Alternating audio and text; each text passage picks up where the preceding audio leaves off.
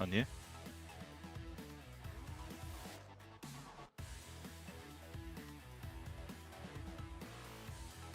Okay, so no talking right now. We are live.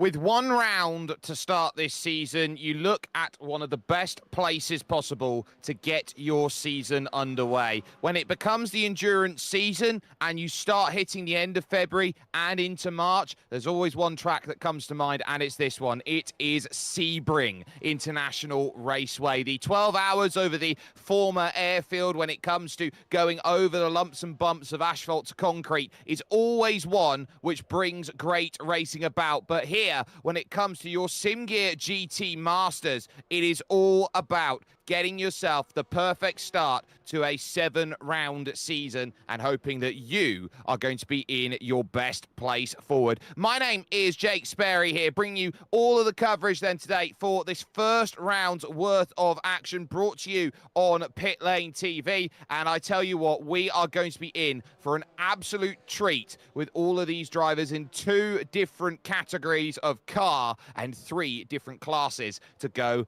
and race about. If you haven't done so already and you're looking for that opportunity to get yourself involved, do that like, share and subscribe thing. I'm sure that's going to be something that everybody is going to want to try and jump in and have a huge amount of fun with as we get over the course of this fantastic season's worth of incredible racing. But a Sebring circuit which lines itself up 6.02 kilometers in length. The 17 turns around this circuit are often fraught with dangers and pitfalls that these drivers will run into time and time again. And more importantly than anything else, you sit down and look at this track and say you've got great places to pass each and every time you are around this lap. You look, of course, over at turn number 1 as a great place to sort pass out. And if you can't confirm it, turn 3 becomes a great place then to confirm a move if you haven't had the chance to already. Then you go through the big bend over to the hotel hairpin at turn number 7. That's also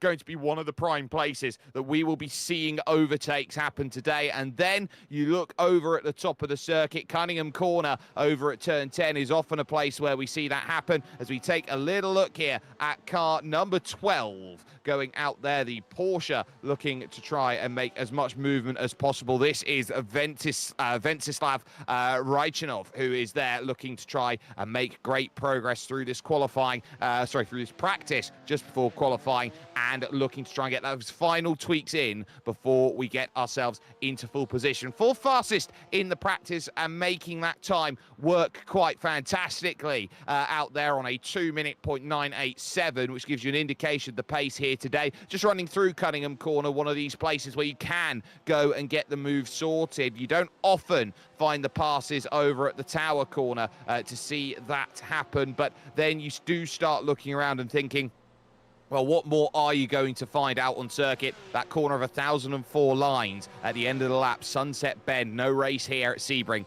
is ever done until you reach your way around that corner. There is Vladislav Shopov, who is there in the 278, hoping that he can make some good progress. Again, that Porsche looking to try and have a good run out there. Lots of drivers going to choose the Porsche. Got a couple of BMWs out there. Milan Milchev, someone who is there in the BMW Corvette for Vasilyekov by comparison as well. But Porsche seem to be the choice of car for a number of drivers and teams out there when it comes to the GT3 effort. And of course, we do have the mix of GT3 and GT4 to go and look at here today. Martin Yankov currently the fastest in GT4 on a 2:11.0 out there. So that's in his BMW. Got a couple Mercedes out there looking to try and make progress. The McLaren as well for Alexander Nikolov Jr., I believe it is, in the number 4. So certainly looking for as much of an opportunity as possible as we do reach the final stages then of the practice session, which will mean we will be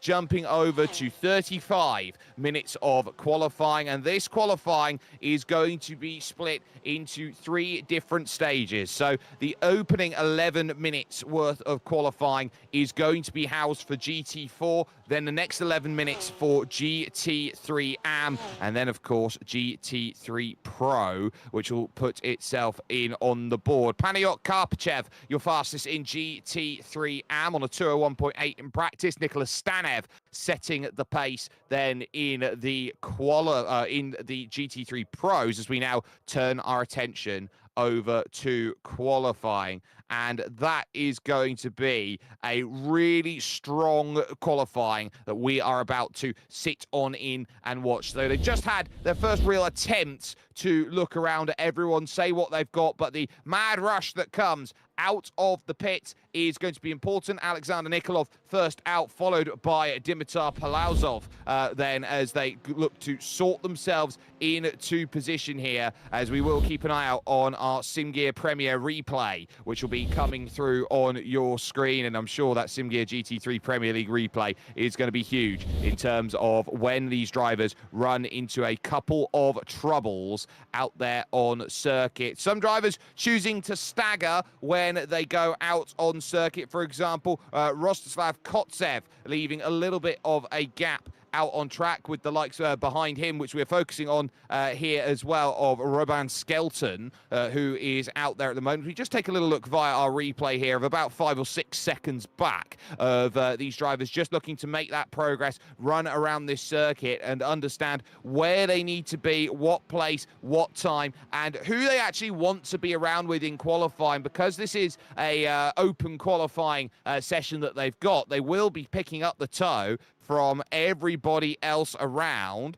and that, I'm sure, is going to be huge for them, because they will be taking their eyes on to what is this fantastic charge and run around this circuit and say, well, I would like a little bit of tow, and some might even say, no, I'd rather not. And it becomes a case of what are drivers' preferences out on this circuit. Do they want to follow in the wheel tracks of someone in front, knowing that they could be slightly quicker and fall out of that range, or they could be slightly slower and then end up tripping up over the top of the drivers that they are around? Or are they looking at, well, I quite like my own little piece of circuit, so I don't have to worry about what's going on in front, maybe just keep a driver at an arm's reach. So that should be a wonderful chance. So I'm sure that is going to be a lovely bit of qualifying. So we're just about to see those first qualifying lap times put themselves in on the board, and I believe Alexander Nikolov will be that first driver at this stage. So we should be looking at this lap heading towards turn number 1 here, this fast-flowing left-hand bend, and that should be where turn 1 gives you that charge. You have to really drop the speed as you go on through this section, and now it's about those next stages then through turns 3, 4 and 5 as we watch Alexander Nikolov. They're just running over that curb on the outside, and when you don't have as much top-end speed here in GT4, and then look around at the likes of Orlin Malinov, for example, and Dimitar Palauzov, who are there and sitting themselves into position, they will be looking around and saying, by the time they get to the hotel hairpin, that they need to be just as neat and narrow as you can. When you have less power, it's all about precision out there on the lap. And there we can see Orlin Malinov then running the Negative Delta Academy Aston Martin out there on track, and just slightly missing the apex there through Cunningham Corner, so he's unable to put the power down earlier than desired because of that slight run by. And you can see here the difference between these drivers and what sectors they're getting. Alexander Nikolov will get a purple sector each and every single time he goes by. Green means you're good, and of course the yellow sectors mean you're slightly off the pace compared to some of the others out there. So Martin Yankov, no surprises, a driver to definitely keep in mind here in the first 11 minutes of qualifying, as these drivers will all try and put their laps on the board early. And to get that banker lap, because you've only got 11 minutes here and these drivers are doing 2:11s in practice. They are going to be down a little bit in terms of how much time they have to set a qualifying lap time. So that's what they're going to be eyeing up as they head towards Sunset Bend, the corner of 1004 lines, and Malinov is a little bit shallower into the corner on turn-in compared to the driver in front of him, Alexander Nikolov. We'll see the first times populate the board on the left-hand side of your screen as we get ourselves then over the line. A 2:12.1 then from Orlin Malinov is the first time to count because Nikolov's had an invalidation over the course of his run. So these drivers know that at any point in time, if they go off of this circuit, they could get an instant point picked up. It could be a 1x instant point, as it's known, for putting in the time and then running off the circuit. It could be a 2x or a 4x for contact, but even a 0x incident point for light contact is going to be huge. So I think that's going to be magnificent to see when those times all start to go in. Yankov now your quickest as we get a huge mix actually in your GT4 category. It's BMW from Aston Martin, from Mercedes, from McLaren. So your top four all different. Mikov's in the Porsche, making it 5 different manufacturers out there. But Martin Yankov definitely showing the early pace then by 2.5 tenths of a second, so a quarter of a second to the good, and hoping that that time is going to be there, going through the daisies almost as we now head towards Cunningham Corner, turn number 9 out on track, and now this middle stage run through the club section of the circuit, heading on over towards the right here of the tower corner as you now run forward. And behind that, there is the McLaren of Valentin Stamenkov, who in the number 3 is hoping to try and find that pace, running the Castrol colours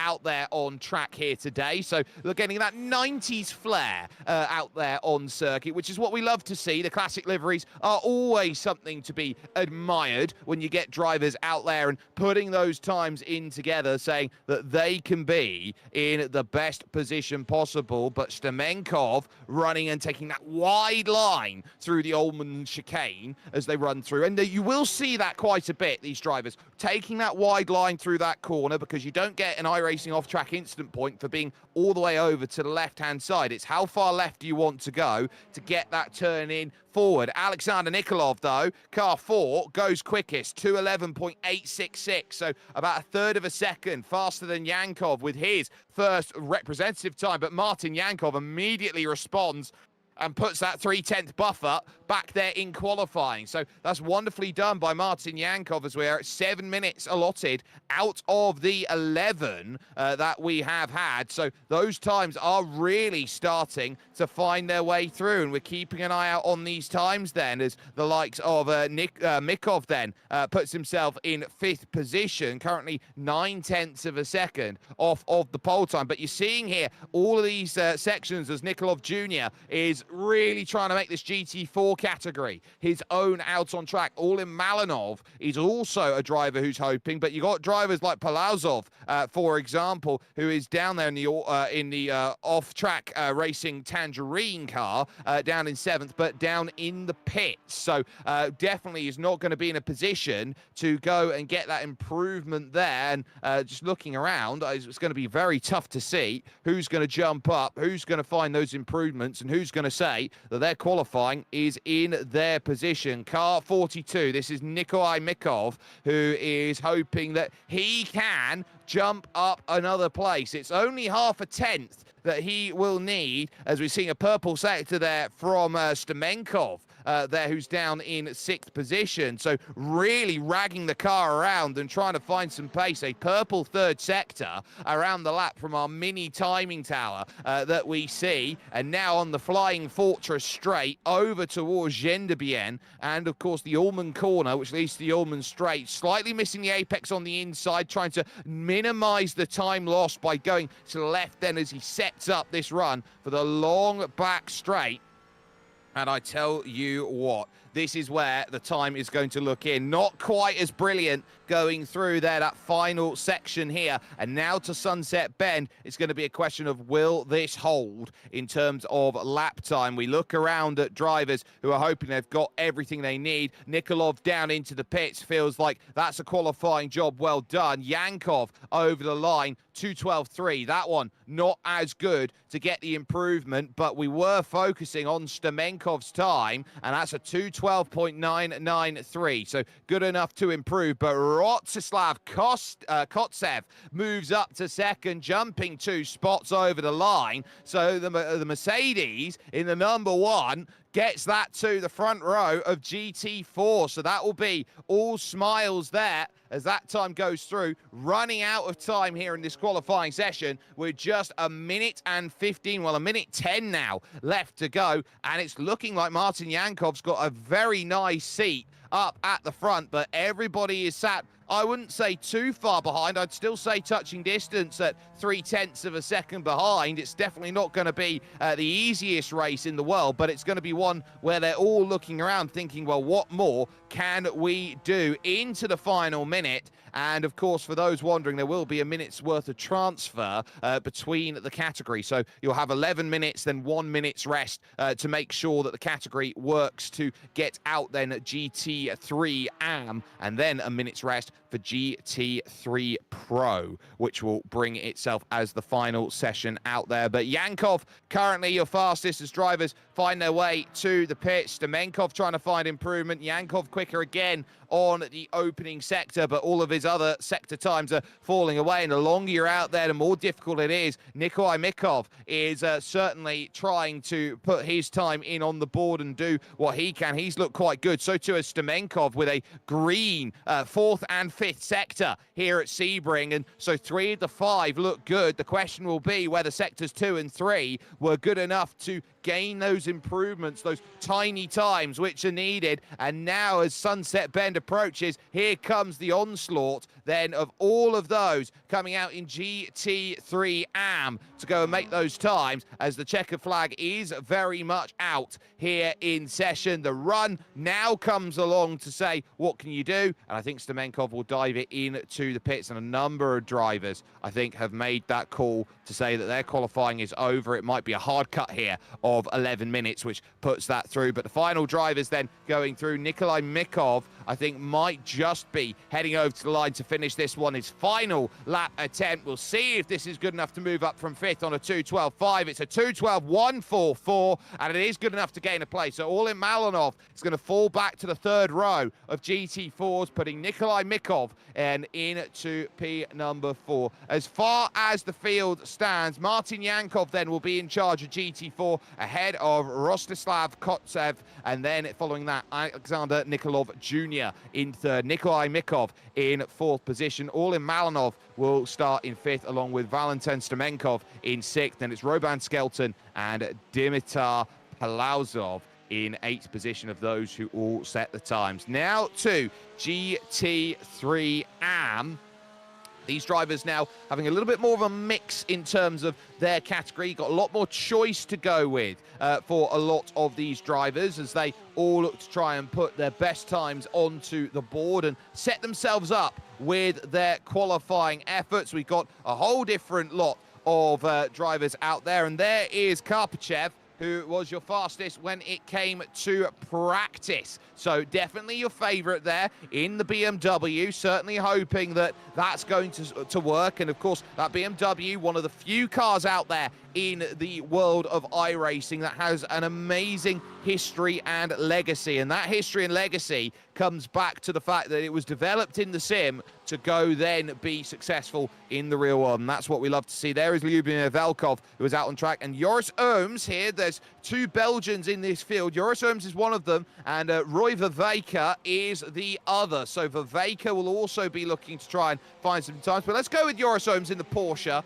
then for this opening lap out there of his effort. He's got the pink car in front of him, and Maxim Dimitrov running the very nice German livery, I would say, as an edit to what it is, with the pig's face on the front. But now through turn 3, and definitely getting a good amount of rotation here. Happy to take the curb through 4, and then in at turn number 5, taking the rush around the corner, and now looking away towards turn number 6. This is where you're trying to just carry that momentum, going over 230 kilometers an hour under the bridge. Use the cones on your left-hand side. They're not meter boards on the outside. These cones are actually footboards, so to speak. So they run with a feet and inches system there. So you're looking around and you're saying it's not 400, 300, 200, 100 meters. It's 400 feet, 300 feet, 200 feet, 100 feet in terms of what you need in order to find the turning. So running an imperial rather than metric to try and work out where your braking marker is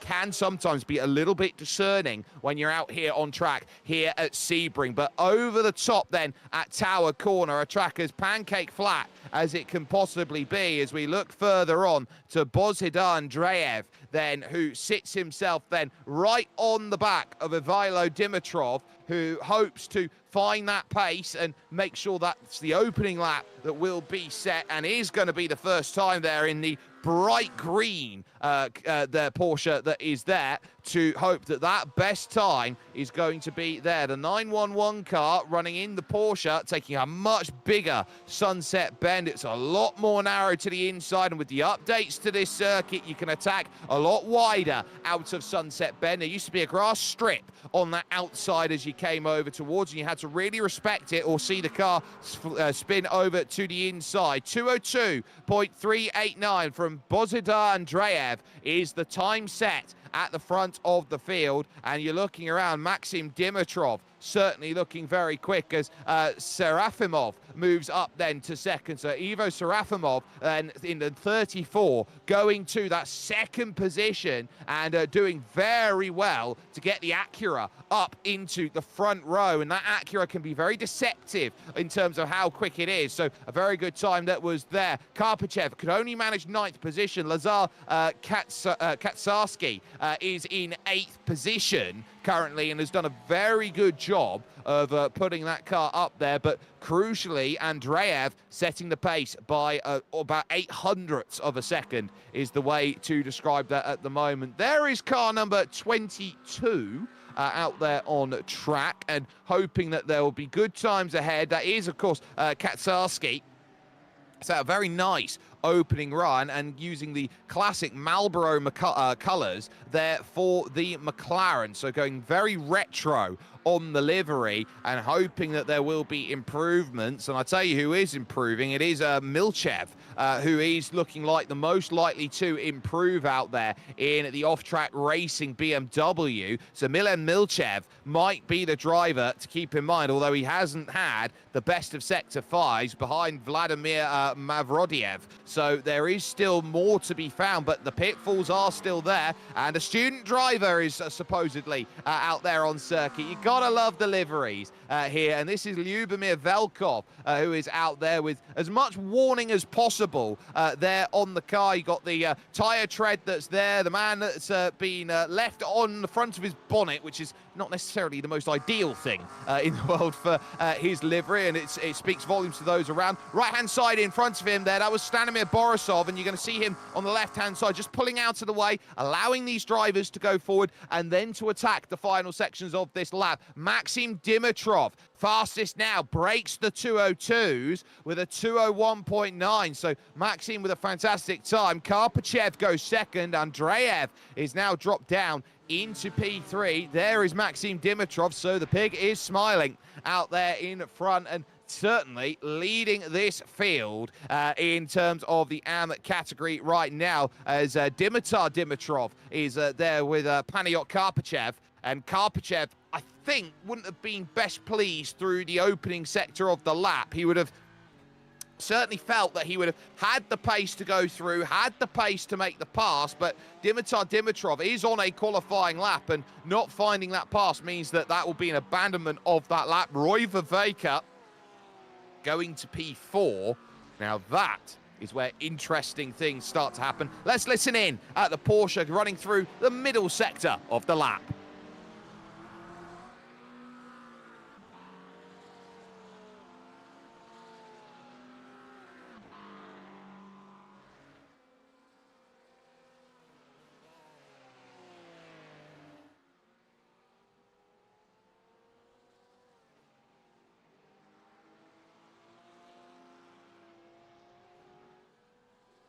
Getting some wonderful times out there in qualifying here, and knowing that we're over halfway for the entire session, they'll be certainly looking around to about 23 minutes out there as late as they can possibly go when the checkered flag for GT3 AM comes out, and then there's that 1 minute hold and the final 11 minutes out there on track in qualifying for GT3 Pro, the battle for pole position. The 911 again comes to the line. Bozhidar Andreev, 202.5 then, so the lap time fell away on that go by, so definitely did not help, as we do have some drivers looking to hopefully get a fresh set of tyres and go out again. Now, they're not going to be allowed to do the sim racers thing of holding themselves out of trouble, as I've just seen Joris Ohms have a massive moment going through turn one, so that will be the abandonment of the lap for him. That was a slide going through the opening corner, the back just stepping out of the Porsche and into the barriers as well, so that will be that then in terms of any efforts for Joris Ohms. So no improvements will be found there, and if you tow the car, that is that in terms of your qualifying session. You're not going to be able to go forward. There was off the back though of Joris Ohms going second quickest overall on a 202.3, but a full 0.4 of a second still behind Maxim Dimitrov. So it's making a huge difference out there in terms of where they're looking at their qualifying session, saying, well, if you're still 0.4 off the fastest in the GT3 AM, then they are going to be looking around and saying, well, this is troublesome. The one thing that they will have to their advantage out there is knowing the fact that by the time that they put all those times together, you will have the GT3 Pro category very happily spread together. So GT3 Pro and AM will all go at the same time. So you're looking around at those GT3 Pros. If any of them are behind that 201.9,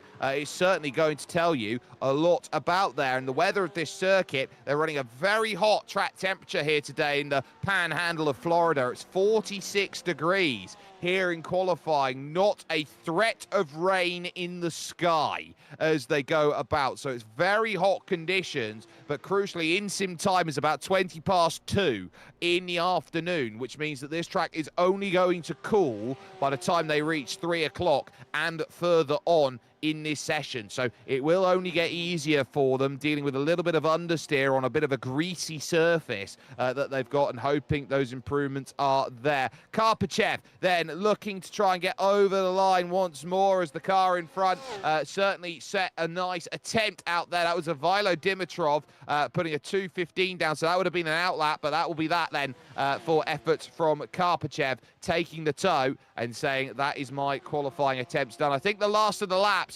is going to be Roy Viveka here, as the clock is going to run out. I think they are running 11, 11, 11, and then 2 minutes of hold then potentially. 202.7, not enough to go get that improvement, and he will have to pull that car off somewhere, because now out on track is your GT3 Pro. So their battle then for qualifying starts now, and I think Viveka is going to give a little bit of an unideal situation. No, he'll pull over to the right-hand side, use the escape road to escape, and the slew of negative delta cars then are out on circuit, and it's being led by Nicholas Stanev, who is there at the moment. Then you got Ventsislav Raichanov behind him, Vladislav Shopov, Miroslav Sotorov, who is there in the fourth in the line. Then Chris Vrajilov, who is the fifth then. And, of course, Yulian Janovsky, who is going to be behind that group too. Boyko Shopov is certainly going to be a name to keep an eye out on here to see whether that's going to be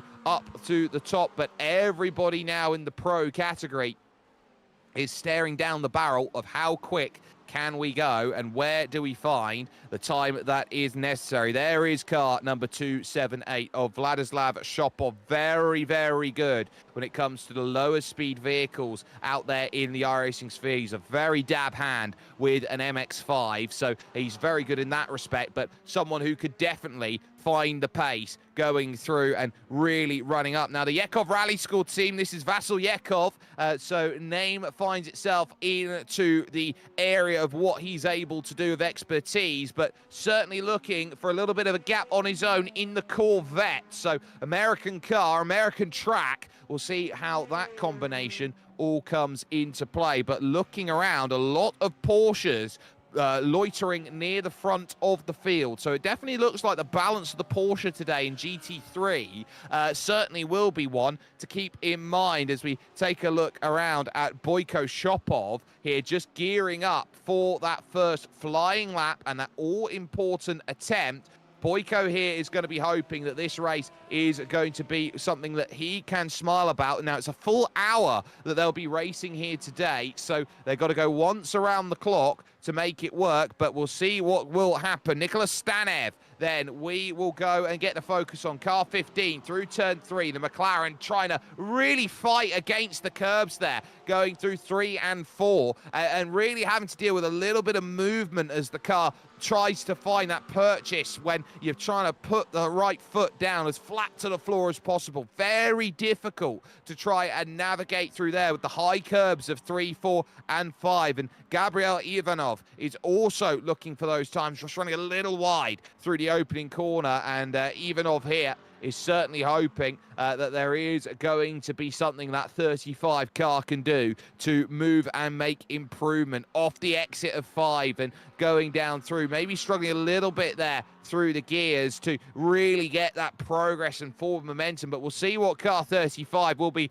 able to do as most of the drivers now look to tackle the middle sector of the lap. As car 20 we go to Yulian Janovsky, who has been a touring car specialist for a long time here on iRacing and has been one of the longest serving iRacing members out there and has been around for well over a decade now at this point, piloting in the Acura and looking at where the pace is going to come. It's Vladislav Shopov lighting the timing screens purple though at the moment, and that will be a cause of concern for everybody else who is there in front or behind, because Shopov's proving that the pace is there. The Acura there in the background, I believe that Janovsky is pulling off to the side of the road just to allow everybody to go through, and that was Yulian Janovsky where that happened. But here comes the looks then. So first time on the board is going to be Nicholas Stanev, who goes over the line and sets a 2:07, a full 1.2 seconds clear of anyone. But Vladislav Shopov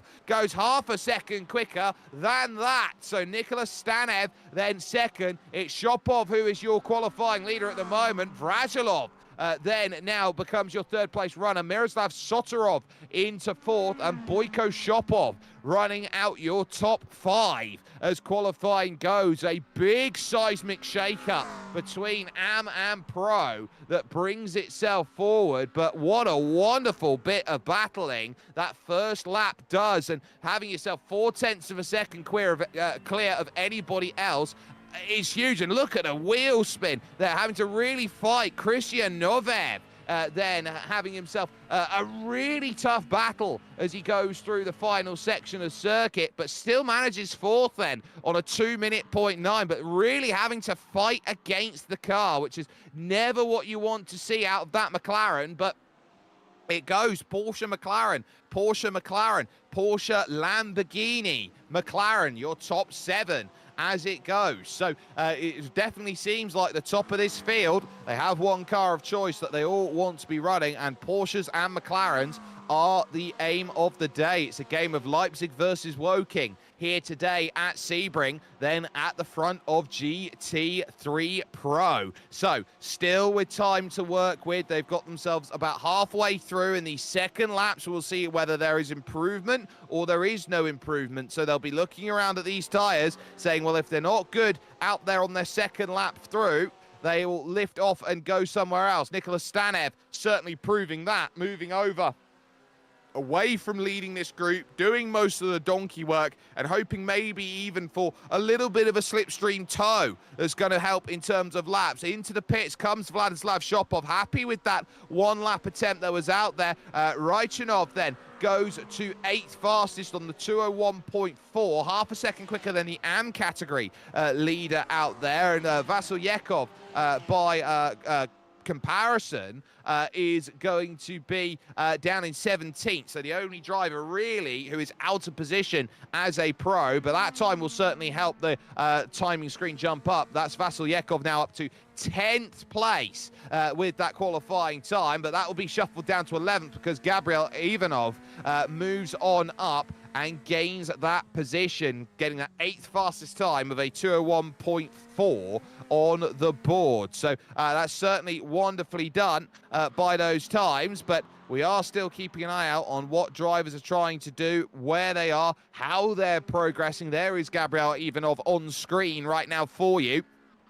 And certainly would love to find a little bit more improvement on that 8th place, still down by 1.1 seconds on the time set by Vladislav Shopov, but 6/10 only off of the likes of Nicholas Stanev. So it's definitely manageable to go and gain that time. A couple corners improved here or there is a couple tenths of a second. So we'll certainly do a lot of good out there on track. Back straight then, running through, not necessarily straight, it's called the Flying Fortress Straight, as they rush on forward at this former airfield and really hope that the pace is good. They've run this circuit since the early 1950s in terms of their effort, and the Sebring 12-hour has been one of the huge and most important places to go and find that, and cars pulling over to the right-hand side, not because the meta says it's quicker, but just legitimately trying to stay out of the way for anybody who is out there on a flying lap, like Miroslav Sotorov is at this moment in time. But a number of drivers then with the yellow marks to indicate that their times haven't worked, and more drivers jumping in. So Stanev coming to the line and trying to improve. That is a 2:09, so didn't quite get the improvement that was needed, but definitely took a lap to try and cure the tyres to get them back into an operating window. Janowski over the line goes 12th, 202.1 there for Julian, and that is only good enough there for that number 20 car to find the 6th row of the grid. So definitely like a little bit more improvement against Vasilyekov and really find that extra boost that is going to be needed. They will be keeping their eye out on Vladislav Shopov, who will be out in time, maybe for that final lap to go through. Remember, 33 minutes is the all-important number for these drivers for one final attempt, and Shopov's only allowed himself 2 attempts, but he will be one of the last drivers over back towards the line to get that sorted. It's going to be very close. I think it's going to be short even from Ventsislav Raichanov to get back over towards the line at 33 minutes exactly. So could be a lot of troubles as Zdravko Ivanov here in 6th position hopes that this could be the lap that does improve 0.3 of a second, and those 0.3 to Christian Novev then in the number 17 machine could be all that's needed to move up that place, to gain a bit more. But remember, those times to get to that 3rd row, you're starting to see the differences between being at the top of GT3 Pro, being at the middle of GT3 Pro, or being at the back of GT3 Pro. It looks like there Boyko Shopov's having a very good time. We're on board with him right now, looking to try and get that momentum out onto this stretch once again. The Lamborghini trying to mix it up here with a slew of Porsches and McLarens out there. There are Porsches and McLarens taking 9 of the top 10 fastest times on the board on the left-hand side. It really goes to show you where balance of performance is going to be king when it comes to this racing. Shopov out of the final corner, drivers around, diving it in towards the pits, and Boyko Shopov gets a 2:01.350, so doesn't improve there going through. So that was huge in terms of that time, needing that effort, wanting, craving that attempt to go faster, but most drivers struggling here late to get anything sorted. The track has cooled by about 4 degrees. Novev has a chance, but look at the timing sheet from Vladislav Shopov. Sectors 2, 3, 4, and 5 are all in the purple. This could be a seismic opportunity to stamp down authority. 2 minutes flat out there on a time. He is light years away from Nicholas Stanev, and that shows you all you need to know about what qualifying can be. Ventsislav Raichanov pulls it over to one side, but my goodness, what a qualifying lap by Vladislav Shopov to be 7/10 of a second clear in qualifying. That is a massive statement that has to be made. You've still got the likes, though, of Zdravko Ivanov, who got over the line before that final time and came over, and I'm sure that Vasilyekov also has the chance to set one final lap time out there running through the middle sector. It looks like Yekov's down in all 4 sectors, so Zdravko Ivanov could find a chance to improve out there on track with 2 good sectors and 3 not so good sectors out there as far as the tower says it is at the moment, but rushing through, taking maybe a little bit more of a shallower line through the Ullman corner and onto this Ullman straight, and they will be concerned with the sunshine if they were in sunset, because you do get that sun that comes down. The brand new updates to iRacing, of course,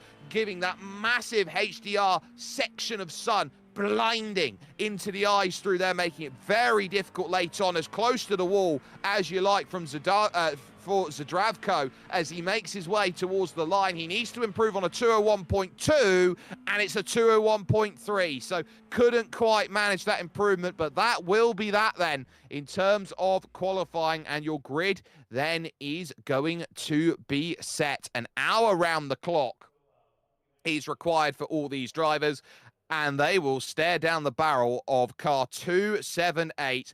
Absolutely unstoppable as far as qualifying efforts go. It's a 2:0.46, and it will be a full 7/10 of a second quicker than anybody else in qualifying. The number 15 of Nicholas Stanev is going to be alongside for company on that front row, and following that will be the number 11 of Miroslav Soterov, who is going to be there in the 3rd position. And I think because we got a couple drivers still out there, I think we're taking the full 2:20 just to make sure we see everybody come across the line. So Barney there, who is on the right-hand side, colloquially named Barney, is the flag man here in iRacing. He waves as happily as he likes each and every single race that he's about, and he knows where the green flag, the yellow flag, and of course the checkered flag and white flags are in terms of racing. So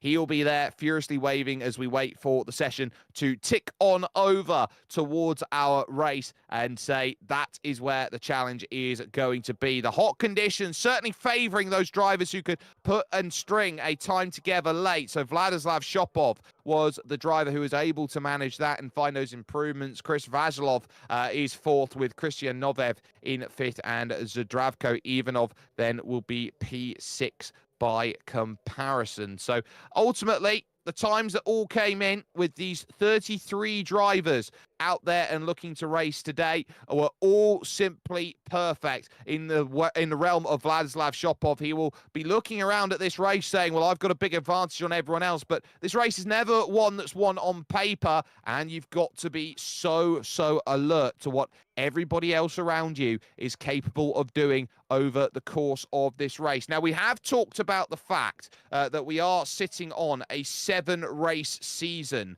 here for this championship, and so you'll be keeping an eye out on where these races are going to be having their rounds out there and sorted. So in terms of the calendar, of course, we're here at Sebring. We got 4 rounds, back to back. So after Sebring, it'll be Watkins Glen, followed by the Autodromo de Algarve. So that'll be Portimao, and then we'll be heading over to Mugello for round 4. But that will be a Type B style race where it's a little bit longer in terms of its race and will require the pit stop to get yourself over the line there. Then Circuit of the Americas after a 1 week's break. That'll be on the 27th then of April. Following that, you've got Road Atlanta, another little break there, 4th of May. That will come along, and then we'll finish off at the Circuit de la Sarthe over in Le Mans. So that will be the final round of the championship to look to confirm the championship or otherwise. Barney will be done waving in about 1 second's time, ladies and gentlemen. We will be heading ourselves over now to the gridding process, and there is your grid. Vladislav Shopov, who leads you away then here today on a 2-minute .046. Nicholas Stanev is alongside the company on that front row. Following that is Miroslav Sotorov and Chris Vrajilov, third and fourth, with Christian Novev in fifth and Zdravko Ivanov in P number 6. Following that is Boyko Shopov in 7th position, with Gabriel Ivanov in 8th place overall. Ventsislav Raichinov is going to be in 9th, and Yulian Janovsky rounds out your top 10. Your top 12 then has Maxim Dimitrov, leader of the AM category class, in GT3 in 11th, with Vasil Yekov along for company, then the only driver unable to qualify faster than that category. It's then Panayot Karpachev who goes from 13th. Joris Ooms, then, the Belgian, is 14th, with Bodhizar Andreev and Roy Viveka there in 16th position. It's then Ivo Serafimov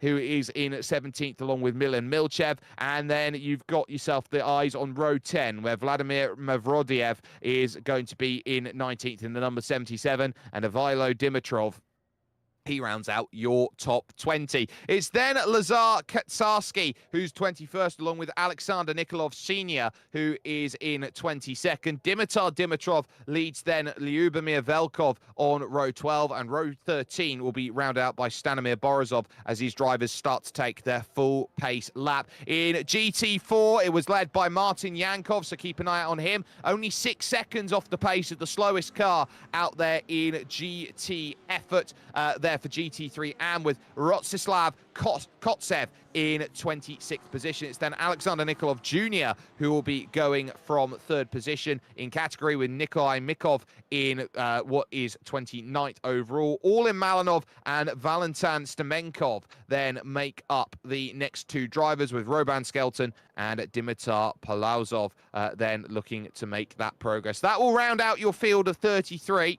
That will be gearing itself up, and you can see the gap definitely forming here between category and category. Martin Yankov making sure that there is that separation between the classes, and very important for that to do so, because you do not want your GT4s tripping over any GT3s that run into trouble in the early goings. They are pacing behind the brand new BMW iRacing safety car out there, the M2, which is out there and in full force here today. And I tell you what, it is a beautiful sight to behold that safety car when the lights are on it, which they are off because the safety car will be pulling into the pits at the end of the lap. It is, simply put, one of the most wonderfully animated safety cars out there, and joins the ranks of the iRacing sedan safety car, which was in play and in force in certain events. And then you got the truck and all of those that start to bring themselves forward. But as they run through this section of the circuit, this pace lap is for the tyres to come up into an operating window and find themselves the temperatures that they need. In-sim time is about 3 minutes past 3, and the track temperature right now is still a very warm 41 degrees Celsius, but I would expect that to come down as the session goes on for the course of the hour. They will be keeping an eye out on where everybody else looks. It's worth noting as well, with the incident point limit, that they do have only 25 incident points to play with here today. So by the time they reach 25 incident points, that's it. You get a drive-through penalty, but then every 35 incidents after that, you get another one. So you've got to keep yourself out of trouble here today, best as you possibly can, and that will give the opportunity for many drivers then to continue on their races by keeping themselves out of that trouble that we have just mentioned. But as they run on through, Vladislav Shopov will certainly be looking behind, knowing that he's got a lot of these simgear negative delta cars around him, 3, 4, 5 in a row before you get to Boyko Shopov in 6th position, and then 2 more behind that. So in between the teams, you'll be keeping an eye out on who's got what and who plays for what out there, and you'll tell who's on what team by the wing mirrors out there. So Team Purple, for example, who are out there right now, Ventislav Raichinov is the teammate of Vladislav Shopov. He's down in 9th, so there's a lot of work to be done right now as they make their way along the Ullman Straight over to the corner of 1004 line, Sunset Bend. The pace car will be making that pull off to the right-hand side, and the pace will be in control of Vladislav Shopov. He cannot go until he passes the bridge, not that one that they've just gone under, but the next one as they go through. And once under that footbridge, he can go at any point between there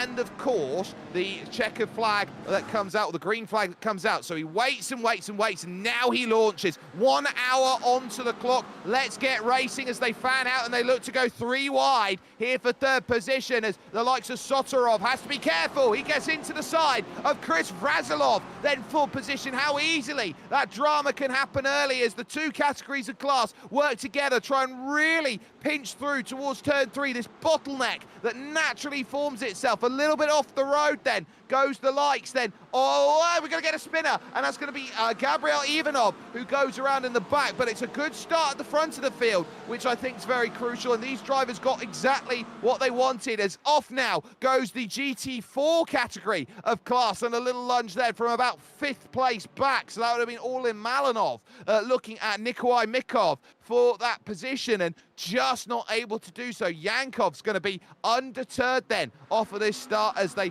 find the lines that they need to, and a good start needed as they all look to make that run to the middle sector of the lap. Cunningham corner there, 3-car group starting to form behind Boyko Shopov. It's Chris Vrazilov who's there with Ventislav Raychanov and Yulian Janovsky trying to stay on. Vasil Yekov is also there. You can see the movers. Milchev now leading category when it comes to your AM category out there. What a fantastic gain of 7 places off the start for Milan Milchev as he got an almighty launch up on through, making the passes for the race leader. I'm just wondering how he was able to do that, because he got a great launch. He just legitimately went straight through the middle of everyone off of the start. As the dramas came around, he picked the middle of the road through turn 1, and that was able to get him the pass on Panyapot Karpachev, then to put the position up to the race lead. So Dimitrov, who had the extra place, Maxim Dimitrov now in his Porsche, is back at 3rd in category. Side by side, though, as they go. That's Joris Ohms on the outside then, and down the inside, Gabriel Ivanov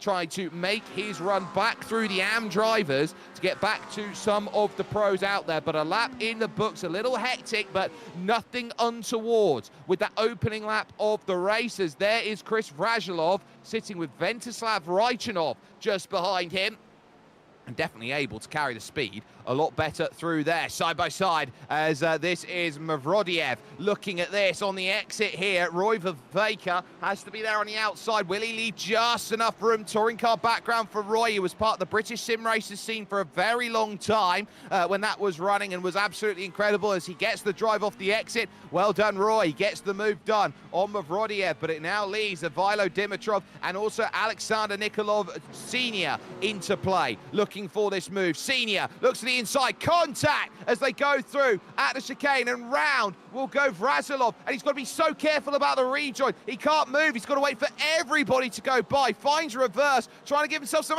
angle. He just about gets the rejoin onto circuit there. Okay, left just about enough racing room. He lunged down the inside of Boyko Shopov for position. They tangled once, and off of the exit of the corner. Might have been a slight bit of net code there, as we'll take a look at the replay here. Yeah, there's a bit of net code as he goes through, and so that little tap, there's not much that Boyko Shopov could do about that in the Lamborghini. That's just unlucky. There would have been contact, but I don't think there would have been enough front to rear to have caused that spin to come into play. But enough then from Chris Vrazilov to make him fall a mile down the order at the front of your field. It's an easy race then, as we still find ourselves in replay here with Chris Vrazilov trying to bring himself back into play. There we go. There is Vrazilov out on circuit and finding himself then a ways down the order, and you look down to where he's looking at P23. Not ideal. He's got to go through the AM category. Shopov leads 0.8 of a second. Here's margin over Nicholas Stanev, and then Christian Novev, who rounds out the podium at the moment, looks around at Miroslav Sotorov and says that he's got that for 3rd and 4th. A little bit further on back, or in fact we'll jump forward here to Sotorov in that 4th position here, and eyeing up Christian Novev knowing that to get by that McLaren is going to be important, because you look at the gaps, it's about 1 to 1.4 seconds that they stare at the moment, and you only got about a second and a half's worth of slipstream before that extra boost along the straight disappears, and there's no added benefit for being the car behind. But here is Gabriel Ivanov still trying to work a way through. This is on, I believe, Bozhidar Andreev, and Andreev's trying to go for positioning category here. Big lunge down the inside. Maxim Dimitrov left him racing room only, and Dimitrov is going to be on the wrong side of it. So for Maxim Dimitrov, I don't think he did much wrong there in the way that he drove. He took middle of the road, he covered off his line, he didn't move across, and ultimately it was a little clumsy by Bozhidar Andreev, and there's the turnaround, and it costs a number of places out there on circuit. You can't afford to be getting caught up in other people's incidents over the course of this race. And Maxim Dimitrov now has Ivailo Dimitrov just behind in the number 8. So Maxim with a lot of work to do in the AM category. It's not been the opening 5 minutes he'd have wanted after starting this race with the GT3 AM pole position. We go back down to GT4. It's worth not forgetting about their races out there as they look to try and make their races. Yankov with half a second to the good. As we look a little bit further back, this is Roban Skelton trying to go down the inside of Nikolai Mikov, and not managing that, stuck behind the Castrol colours of Valentin Stamenkov here, who's trying to get that McLaren to really fly in its GT4 spec. So there's that to work with. Rostislav Kotsev has kept himself close, as there is Ivo Serafimov, who is in 15th position currently, and he'll be staring in front of him at the battle between Gabriel Ivanov and Bozhidar Andreev. But there's Raichanov as well, who's looking like he's getting a place. Yanovsky through on Vasil Yekov at the moment, and then you got Milchev and Karpachev going at it for the AM category lead. So everywhere you look, there's a little battle here and there, and I wonder here, as we look at Raichanov trying to keep himself in play with Boyko Shopov, that we can look at not only that battle going on behind as Yekov doesn't get the drive against Janovsky, and Yulian Janovsky gains the place, but also to Milan Milchev here today, because this is going to be important. This is the AM category lead just in the background there, as they now look to search side by side, as Janovsky still has to try and get the clearance, still doesn't quite get that cleared with Vasil Yekov, who still tries to put the power down and say, I've got a little bit more. Through these Fangio S's, there's not much, but Karpachev ultimately can't get the move he wants, so still stuck behind Milan Milchev, gets in the mirrors, and still they go here as Vasil Yekov again looks to try and put his place on the board, and the door almost shut completely on Yulian Janovsky, who looks to throw once more to the inside. Yekov has to open the steering, but because he was having to catch half a slide, it will bring Janovsky back in to try and attack with his Acura here. This is going to be an important battle, because the moment that they start playing this game of holding each other up, the Corvette here and the Acura, look at what it's brought. It's brought all the AM category drivers in. It's brought Milchev, it's brought Karpachev, it's brought Gabriel Ivanov, who is part of the pro group, who will want to gain those for pro points. You've got Bozhidar Andreev, who's also in that mix as well. You don't want to be caught up in this position. It's a very tough place to go. They don't have fast repairs, so if they find themselves in trouble, it's not much that they can do. Oh, there's contact as they head to Sunset Bend. Gabriel Ivanov, they're shuffling out of the way, Panayot Karpachev, and that one gives him the place. And it was a very cheeky move by Ivanov, who just misjudged his braking zone, or maybe his line into Sunset Bend, taking the shallower, quicker entry in, but having to be a lot heavier on the brakes to get the rotation through the middle of the corner. So did just about enough to keep that out of any real massive dramas out there, but still just enough there as the moves continue from Gabriel Ivanov, hoping that there's going to be moves. And there is Alexander Nikolov Sr. then with Ivailo Dimitrov. That has just been a pass-full position through turn 1, so Ivailo Dimitrov now falls down to 21st position. But there again goes Ivanov, this time down the inside of Milchev for position, and Milen Milchev does not have to worry about that pass by Gabriel Ivanov. They are not part of the same class. His only real concern behind Milen Milchev will be Panayot Karpachev. So he will take that move and he will try and sit in behind as much as he can, keep the cadence up here in this race. Maybe slightly miss the apex there at Cunningham Corner, but get that gathered up through the middle part and then get that run again. All drivers who started this race continuing on at the moment, and keep a very close eye at the front of GT4. I do want to go to this here because we're almost 10 minutes into this race. Martin Yankov is not safe out there at the front. He is very much under pressure from Rostislav Kotsev, who's there in second. Alexander Nikolov Jr. unable to keep the pace, is about 3 seconds back as Ivo Serafimov,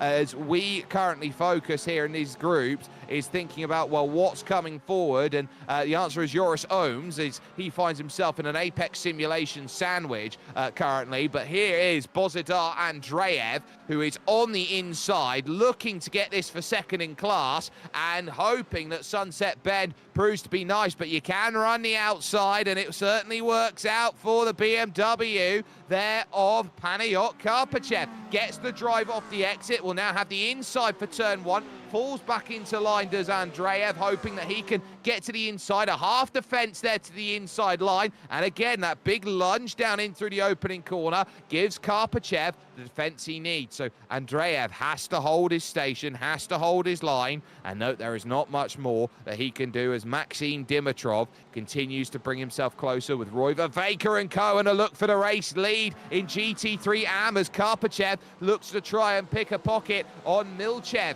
for that place, trying off of the exit of the corner, and I'm not sure where Milchev left that door open. He just couldn't get any drive, and suddenly it's brought Andreev in, who makes a massive lunge over to the inside, 3 wide through the hotel hairpin. Milchev trying to pick it up off of the exit here, doesn't quite get the drive. Bozidar Andreev, what an opportunistic move that was, sensing the chance to dive down the inside, takes GT3 AM, and right now GT3 AM has themselves 1, 2, 3, 4, 5, 6, 7, and 8 all in a line out there at the moment. This GT3 AM category, as aggressive as you like, and we've got a bit of side-by-side behind Milchev now, as Ivo Serafimov couldn't get past Joris Ohms, who made a mistake going through the small left-hander of Collier Corner. So that certainly proved to be difficult. And again, I still want to point out that GT4 is still very close out there overall at the moment. And I would like to go to that at some point, but it's just so aggressive here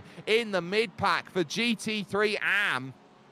Mavrodiev keeping himself then into station, and Milchev once more just happy to sit on the back, just not looking around and saying that there's too many dramas, but certainly hoping that moves can be made. Ivanov has now caught the back of Janovsky and Yekov for places. Yekov fighting around the outside. These two have been side by side for at least 3 laps now at this point, and Ivanov, I think, is going to struggle at finding where the best place to make that move is. Oh, crossing the beams, just the right time to do so. Ivanov has to lift.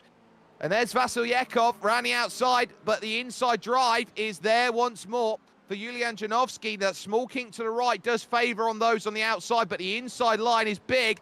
And again, going wing mirror to wing mirror as they go through. Still not quite able to get the clearance through turn 5. So Janovsky has to leave the door open. Turn 6, this big bend is going to be important. The Gurney bend, as it's known. And now look at them as they go as close as you like through this section. Here comes the look then from Gabriel Ivanov. Realizes that they're equal on the brakes. Falls back into line. Yekov holding it then on the inside. And once more, those positions remain as they are. Oh, look how busy it is now. Joris Ohms holding Serafimov, holding Vervaker, holding Mavrodiev, and Dimitrov trying to get through. And you've also got Chris Vrazilov, who of course is a pro driver, trying to jump through. And speaking of which, Janovsky jump out the way. 2 places gone with that pass then. Gabriel Ivanov getting that move sorted and finding the best place possible. The lead gap now out to 2.7 seconds. Vladislav Shopov out there leading here at the quarter stage almost of this race, and doing a wonderful job of maintaining that margin here at the front as we take a look from the rear of Joris Ohms at this point. And very soon they are going to start thinking here of the lapped traffic game, and I think we are in that midst at the moment here with your race leaders. There's not much lap traffic to deal with out there in the front as we go to Stanimir Borisov down in 24th position. This is right down at the back here, this one up with Lyubomir Velkov for place. We'll go back to Serafimov and also up there to Gabriel Ivanov, who is hoping for that position and that all-important move here on Vasilyekov. Not quite able to get that just yet, but turn one's going to come along. We know that Vasilyekov's a very difficult customer to go and get the pass done on, but again, he's back in line and finds that place. But he's sitting down. Lap traffic, there's not much of it, so you've only got 8 GT4s to get around, but even one GT4 that's going slow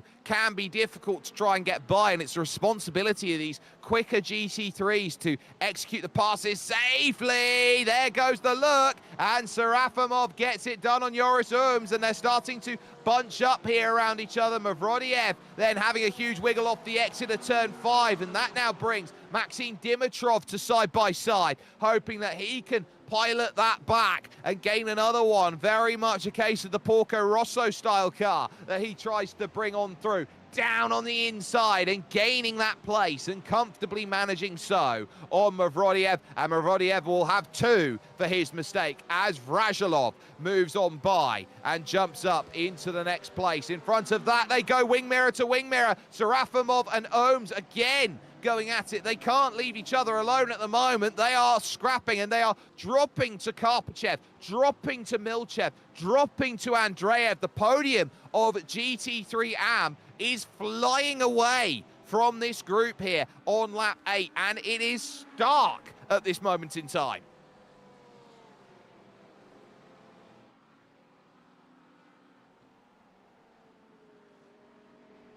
Still, the search is there. Gabriel Ivanov continues on his hope of trying to maintain his position and looking around at Vasilyekov, who is there just in front of him in that 8th place, to try and find that move. I do want to go back and talk about what's going on in GT4 quickly, because Martin Yankov has himself about a half a second to 6/10 of a second gap here over Rostislav Kotsev. It's tough. They're not making moves, but it's difficult. But it's very difficult to leave here right now as Dimitrov continues on his battle, hoping to try and keep himself out of the realms of trouble. Vasilyekov still in line, but Dimitrov has Vrazilov for company then as they battle, and they are starting to stretch out here at this stage as there is Serafimov with Yoris Ooms behind him and Roy Viveka, so the 2 Belgians finding themselves together on the brakes in through the left, right, left of 3, 4, and 5 on their 9th revolution of this circuit. I do also want to point out that Raichanov finds himself pretty close out there at the moment, and we go up to Raichanov here in his group because there's Boyko Shopov who finds himself there, and they've got the lap traffic that they've got to deal with. So they've got Stamenkov and Skelton that they've got to get by here, who find themselves as the first drivers, or some of the first drivers, a lap down in this race. No retirees so far, but they navigate by. Stamenkov staying well out of trouble there, but it does open up the gap here for Roban Skelton and doesn't have to necessarily worry as much. And that gap for the overall lead in GT4 is now nearing a second here for Kotsev. So there is that to deal with. There is Boyko Shopov on your screen as they now look to try and charge over. Zdravko Ivanov sat in P5 is now looking to try and defend that honor right now, knowing that Miroslav Sotorov has walked down the road to the tune of a couple seconds, and it will be a couple seconds more if Ivanov has to start battling with Boyko Shopov here, with Raichanov on the back, just happy to sit and watch in that 7th position. It's not about how you make the move, it's about where you make the move. I think it's going to be more important than the how. It doesn't matter how you make a pass, it's about how many passes have you made during the race. As they go as close as they like to the wall on the right-hand side, you've got to be very careful because you can clip that and have the car barrel roll across the straight if you're not too careful, if you go too close. Vrazilov still looking to make that progress back through, stuck at about half a minute off of your overall race leader, Vladislav Shopov here. Vrazilov now looking to dive down the inside. Roy Viveka then is going to just let that one go. That's not his battle that he needs to fight with. That's Pro versus Am, and the Pro comfortably takes that position and says, you know what? save that for another day when it comes to the racing. So there is still a lot to try and deal with and get by, and each and every driver now having to manifest these passes on each minutia out there, the groups left and right and up and down, and you're starting to see it now. It's getting a little bit busy down there at the hotel hairpin. Everyone's trying to put a reservation in as Milan Milchev gets the pass done through on the slower GT4 of Dimitar Palazov, and they're going to go either side as they go on by. So that's going to be also a battle there as they go through. As Joris Ohms makes the pass, that will be all in Malinov trying to get the pass. He's gone too deep. Malinov's gone too deep, and they're going to take both of them to the side. They only lose the place. How they both didn't spin, I don't know. Serafimov just about avoiding it. Joris Ohms there. Into the grass goes Vrajilov, and he has to abandon ship. He gets air as he goes over the top through towards Tower Corner, and Vrajilov somehow still in this race after a very scary moment with the lap traffic. And we've been talking about this, how difficult the lap traffic is going to be, how everybody is going to have to try and keep themselves out of trouble in this race, and that was just the one moment you did not want to sit down and say, well, I'm just going to take a trip then through the grass and hope everybody survives. So that just about kept itself together, and this is what we were talking about here when it comes to your GT Masters out there here, your SimGear GT Masters. It could have been absolutely disastrous, that move, that process, the need that is there to make those moves, as here comes the look on Ivo Serafimov now for Chris Vrajilov for that place, crosses the beams all the way to the inside, can't find it, tuck back into line, why don't we, and hope another chance comes along on the brakes through turn one. Door left open though through the corner, and Vrajilov will pick that up off of the exit and say, I can't quite clear the move here, but on the brakes into turn three, gets the job done with that pass. So for Serafimov, back into position there, but ultimately the top four, I believe, have gone away. Andreev, Milchev and Karpachev, your top three have all gone away. It's barren at the front, 3 seconds for Vladishopov at the moment over Stanev and Novev, who is now 5 seconds adrift. There is your race lead up, Vladislav Shopov, just driving that quiet race that we expect to see out of him in the Porsche. It's just one of those things that you do when you do have a gap on your own. You're in hot lap mode. You're trying to build and build and build, and that gap now 3.3 seconds to the McLaren behind of Nicholas Stanev, who is hoping that this next part of the race somewhat falls back into favour. If you can have that ability to hold the pace over the course of a stint, that is huge, but just looking at the weather conditions here, it's not really doing that much. Still at 41 degrees Celsius out there on track, so they're not getting much help in that regard. Boyko Shopov there in 5th position. There is your leader in category that they've gone by, Martin Yankov. Worth talking about this. First time he's really broken, 1 second away from Rostislav Kotsev, who has got himself then to do a lot to try and stay with Yankov. To be fair, it's taken a third of this race to find that gap and find that breakaway. As you can see there, the movement there of the sun on the dash, the small banking there as you get a small crest of a hill through the final corner, and then attack that front stretch once again. Maxim Dimitrov, though, not happy to sit down. He'll go around the outside of the likes of, I believe, that will be Vladimir Mavrodiev, who is trying to get back through, and they'll be over the line pretty much equal, 100th of a second between them in favour of Maxim Dimitrov, and Dimitrov on that inside line is going to hold that place and is going to maintain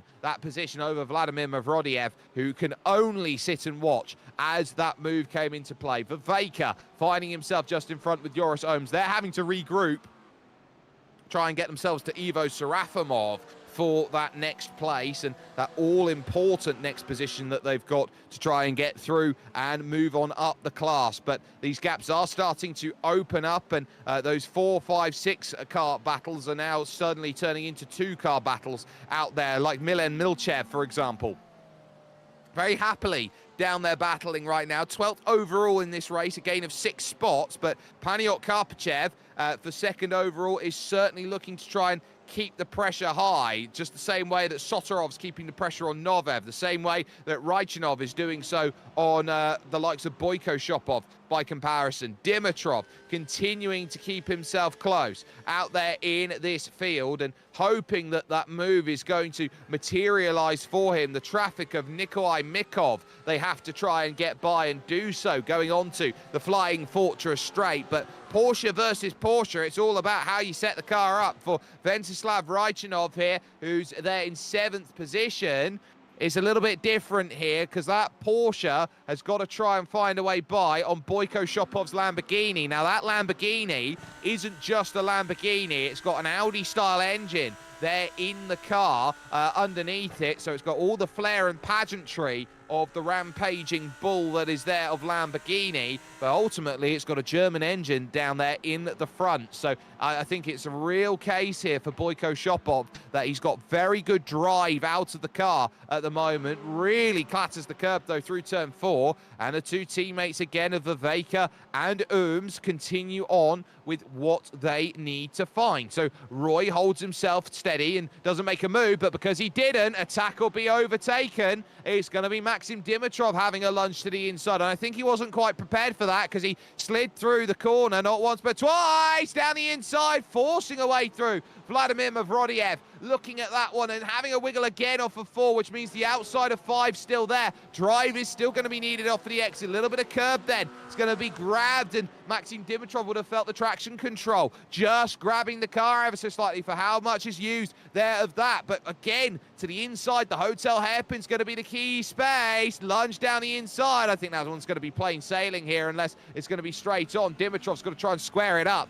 off of the exit. Manages that just enough, but Mavrodiev now will take the run through Fangio here over to Cunningham Corner and hoping that this next pass is going to manifest, but it won't because, again, deeper on the brakes is Maxim Dimitrov. There's a reason why he was fastest overall when it came to qualifying of the GT3 AM. So there is still that to work with, and Boyko Shopov is now going to have to defend this one. Goes all the way to the right-hand side of the circuit. Nothing he can do except defend. Ventsislav Raichanov realizes they've been dropped by Zdravko Ivanov then, who is in 5th position. And these drivers can only work with what they've got. So this will try and be an up and under attempt off of the exit. Make the lunge over towards turn 1 once again, as close to the barriers as you dare from Boyko Shopov, hoping that this defense works. So outside line it's going to have to be. The long way around turn 1 is always the toughest, but if you can try and pinch it through the corner, Ventsislav Raichanov had to steer out of it. It's never good when you've got to turn right to go left, and because he had to steer out of the corner, Boyko Shopov holds his place and maintains his P number 6.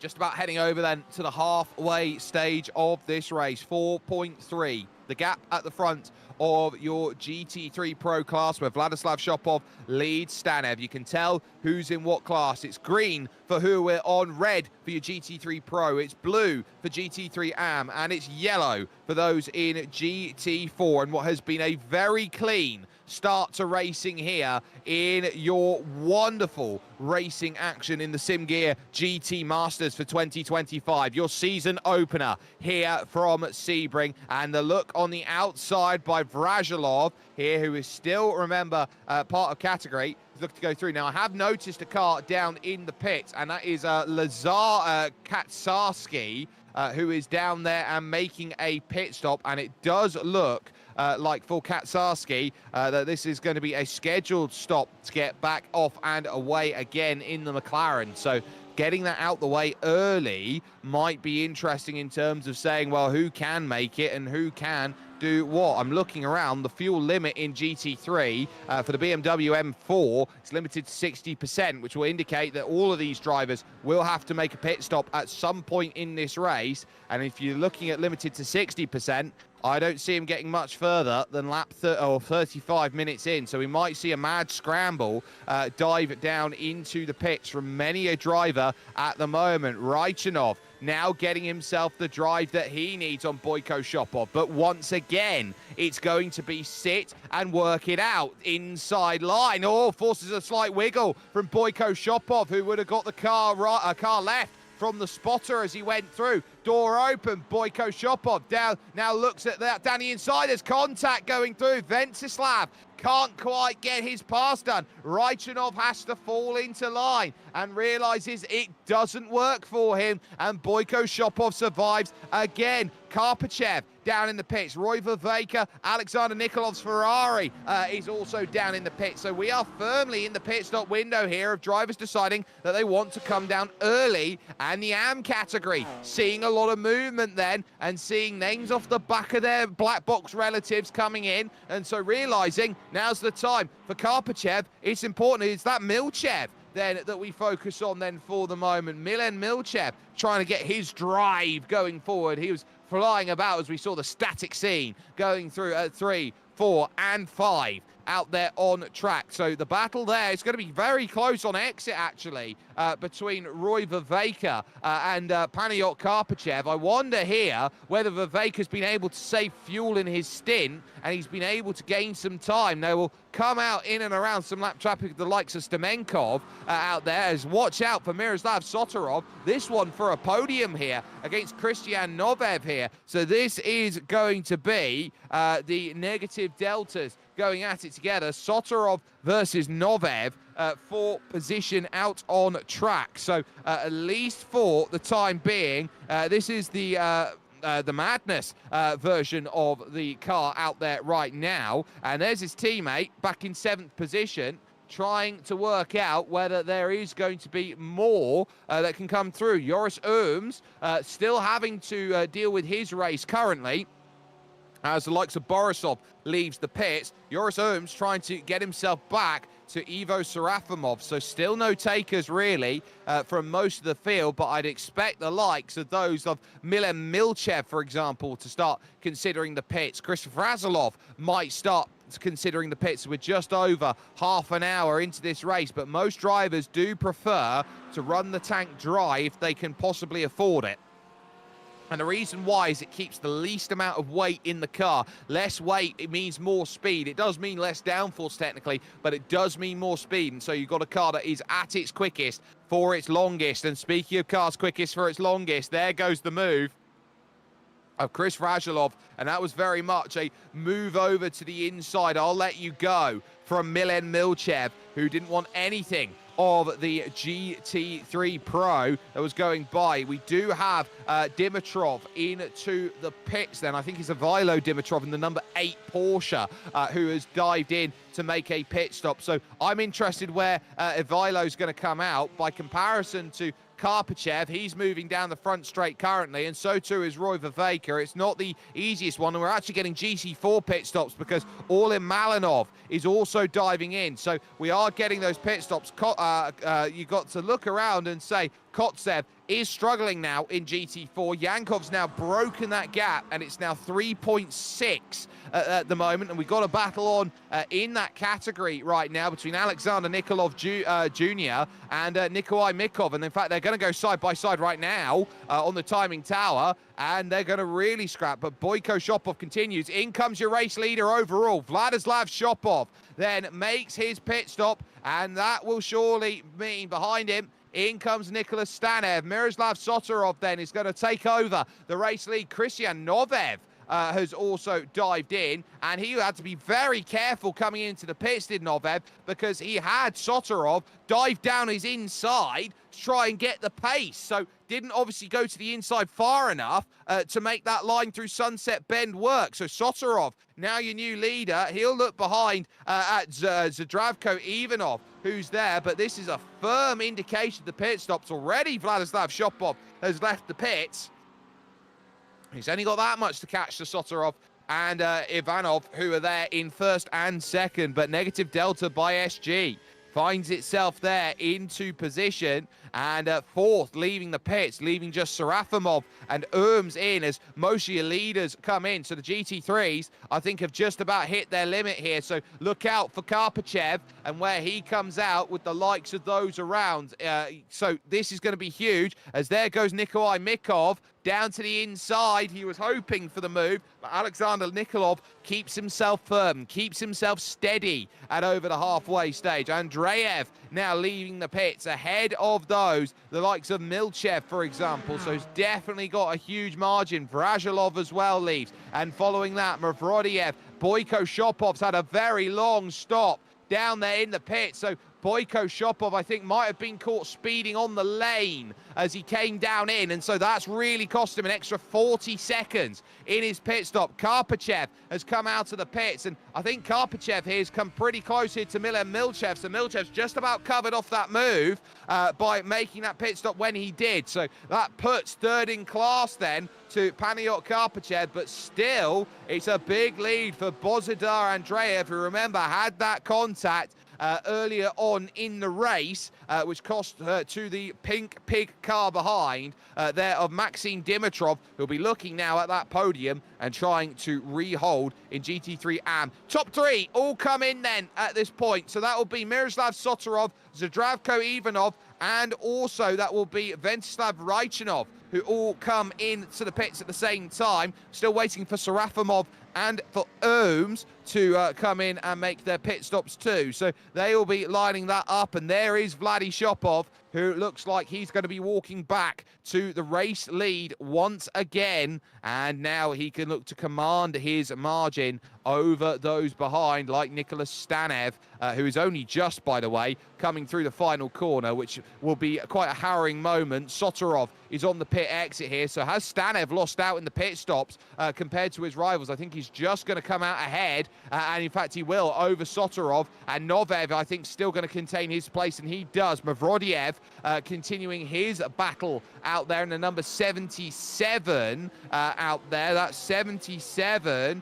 McLaren looking to dive through, and he'll be keeping an eye on Boyko Shopov, who's got to make his way through now, and he's left himself only half the time. Ohms and Serafimov come in then for the AM. So where does this put them in the context of this race, as we got side by side between Karpachev and Maxim Dimitrov, as there they go on the exit? This is going to be close, and in fact, I'm looking around, they're going to be ahead of the likes of Milchev and Karpachev and Dimitrov and Viveka. That's a huge pit stop by Serafimov and from Ohms. They've played the game fantastically, and now they've got the margin. They are second and third here to Bozidar Andreev. So wonderfully constructed strategy in the pit stop window, going out longer, able to save the fuel over the course of the stint, and now your GT4 categories in, because Martin Yankov now is starting to leave the pits then and try and get his drive, with Kotsev unable to stay close. Alexander Nikolov in the pits, I think, is going to get the jump here. Yes, Rostislav Kotsev is going to fall out behind Nikolai Milkov. So that's huge there for Milkov. It's gone through. Kotsev is going to fall back to fourth place in class. So his stop a little bit longer than everybody else's out there. And Rostislav Kotsev is going to have work to do to get a podium. It looked like a deadlock for second position. He had that under lock and key, but ultimately he sold it away here to the likes of Alexander Nikolov by comparison. So Martin Yankov with a huge gap to go and work with, and now watch out for second overall, because this has been quiet and suddenly it's woken up to the tune of 4 cars finding themselves close together. Zdravko Ivanov on the back of this group, watching Sotorov, watching Novev versus Stanev for the podium, and there's lap traffic in front. And where do you go here on the brakes? A big lunge down to the inside, sorts it, he cuts away at just the wrong time to side by side, as Ivo Serafimov now looks to try and get his pass done, and hopefully that will be a 15th place then for Serafimov to gain, as he attacks Sunset Bend and gets the move done on Joris Ohms then for that second in a GT AM class. And so well done, well constructed on that. But again, they are weaving about. Maxim Dimitrov is looking each and every way for a pass on Paniot Karpachev through the opening corner. Huge send down the inside. Thank you very much. The pass gets done, and suddenly you sit down and see those positions. Maxim Dimitrov moving back on through, and then Roy Viveka had a little look and hoped that he could find the pass, and ultimately could not. Top side of the circuit now, Sotorov falling backwards to the clutches of Zdravko Ivanov. You've then got Christian Novev, who sits down and realizes that he wants that second place here on Nicholas Stanev, who has been holding, but that gap is now suddenly 17 seconds, which makes you wonder about Vladislav Shopov's pit stop, seeing as he's gained 13 seconds in the lane. compared to everyone that he was around out there making. Nikolai Mikov now trying to hold that third place, because that is, of course, Rostislav Kotsev, who makes the pass and moves himself up to third position in class. But they will have to deal with these leaders that are coming through in the not too distant future. So the likes of Nicholas Stanev still having to defend here from Christian Novev, and a little wiggle then as he goes through on the outside there at the final corner, Sunset Bend. This opens up the door all the way to the inside. I'll go to the outside, says Christian Novev, trying to get his angle. There's traffic in front of them of their own teammate here, of Orlin Malinov, that they're going to have to get by, and just not enough angle on the lane for Christian Novev to make that move. It will bring back onto the rear quite decisively Miroslav Sotorov, but that is the pitfalls of this racing. Sometimes you gain, and sometimes you quite simply lose out. And Nicholas Stanev then got a lucky break heading out of turn 1 and over towards turn 3, but you've still got Maxim Dimitrov staying close. You've still got Stanev and Novev looking in the mirrors, and Maxim Dimitrov right now, I think, is very much intent on trying to chase, because Dimitrov has got Milan Milchev for company, and he knows he's not too far away from Joris Ohms, which is third position overall at the moment, and that gap, of course, of 3 seconds he can try and chase. Sotorov again staying close here in this second, third, fourth and fifth place scrap. It's nose to tails. Novev lunges for the inside at Tower Corner. You don't see many there, but you see enough that gets the move. And now look at this, because Stanev had to check up on the exit, drive on the Flying Fortress straight through the Bishop's Corner. Then for Miroslav Sotorov, he looks to try and get this run. Here comes the look through the Ullman and Le Mans, and he gets his clearance as well. So Miroslav Sotorov now onto the podium. Novev now into second position. Stanev falls back to fourth, and Zdravko Ivanov can only watch here in this battle, knowing that this one is next, and they are now 20 seconds almost off of your race leader, Vladislav Shopov, who has been putting a masterstroke of a race into Sunset Bend. No dice on the lunge down on the inside from Stanev, who tries to come back off for the exit, but now it's about drive again.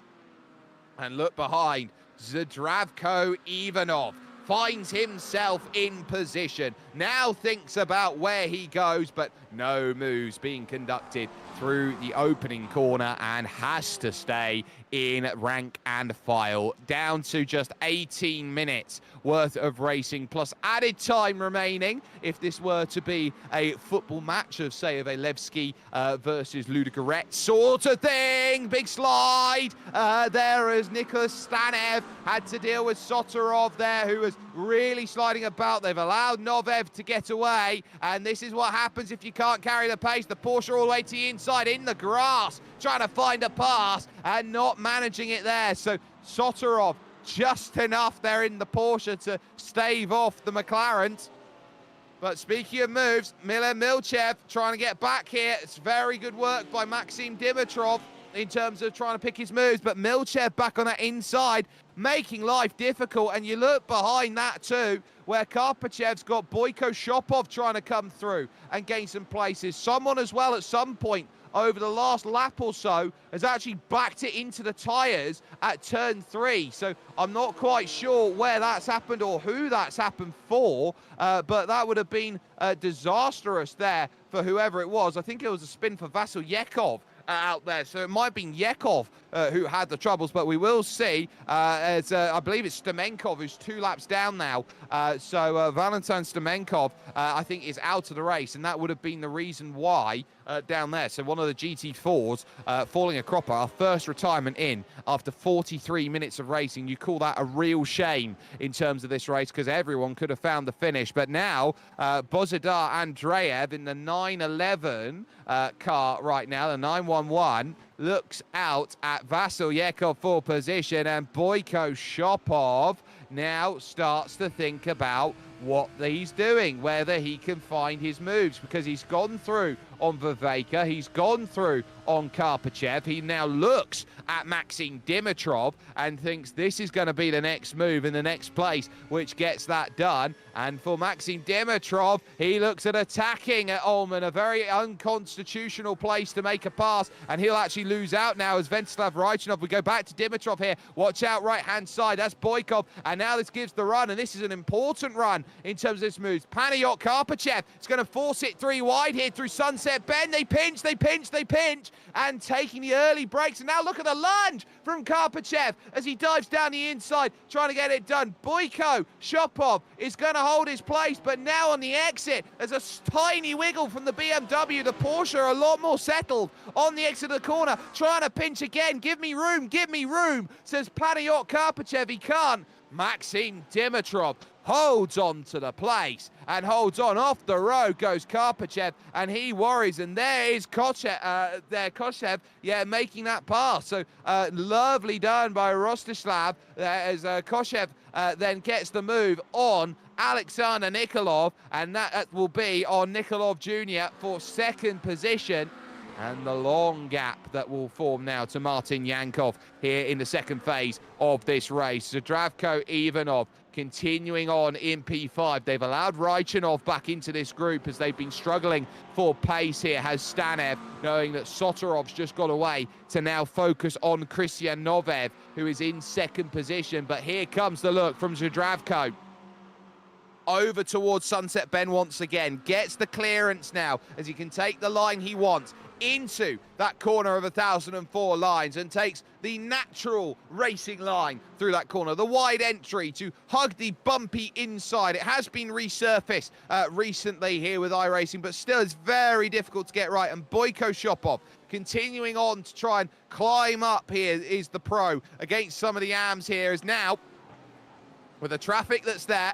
And that, of course, being Robin Skelton on the left-hand side. That's all about trying to get through. There is Nikolov Jr., hoping that he can find that move back to second, but traffic on the inside might just open things up for him on the exit there, potentially, as Nikolov looks at Koshev and thinking that that place could be up for grabs. Heading towards turn 3, it's not there, but Milchev losing out his move then as he tries to go through in the middle groups and hope that he can follow Boyko Shopov around the circuit, because he's got Dimitrov there who is looking around at, can I get... Oh, you're not going to move anywhere with a snap of oversteer like that off the exit. That is a slam dunk of an overtake, as you are going to get the tail kicking, having to catch it twice, and ultimately Maxim Dimitrov moves on through and now gains his position, and that gives him what he needs down the inside. Panayot Karpachev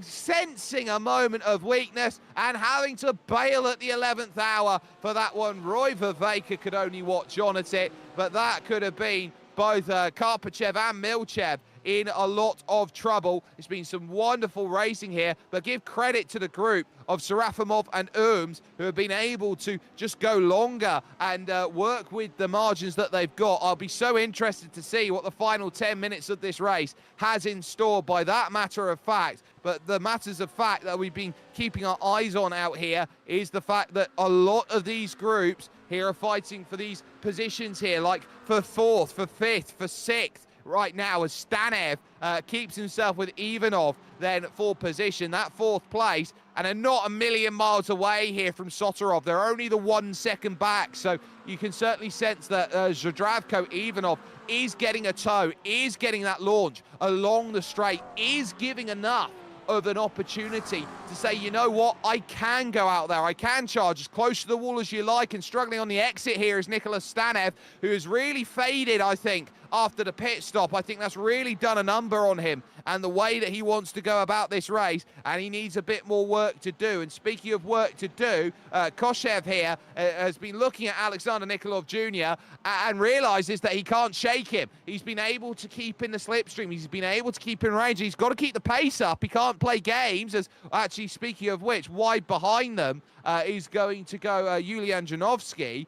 The games they'll be playing is, well, Nikolai Mikov's there, and and could be looking at this podium, and neither of them will want to give that up in the final 11.5 minutes worth of racing. It's a very precarious situation that they find themselves in here on lap 24 of this overall race. Their 22nd lap of the race that they have been able to get through. Raichanov continuing on here in P number 6. So now trying to find it in the final few minutes of this race. You've dealt through the first 3/4 of this, and this is where you target the 1 or 2 positions more that you can get, that seems attainable, that seems reachable for these drivers. And speaking of which, that's brave on the brakes by Raichanov, heading through GT3 and now here onto this lovely Ullman Straight. So now here comes the chance, and now here comes the look from Ventsislav Raichanov, who pulls up through on the power,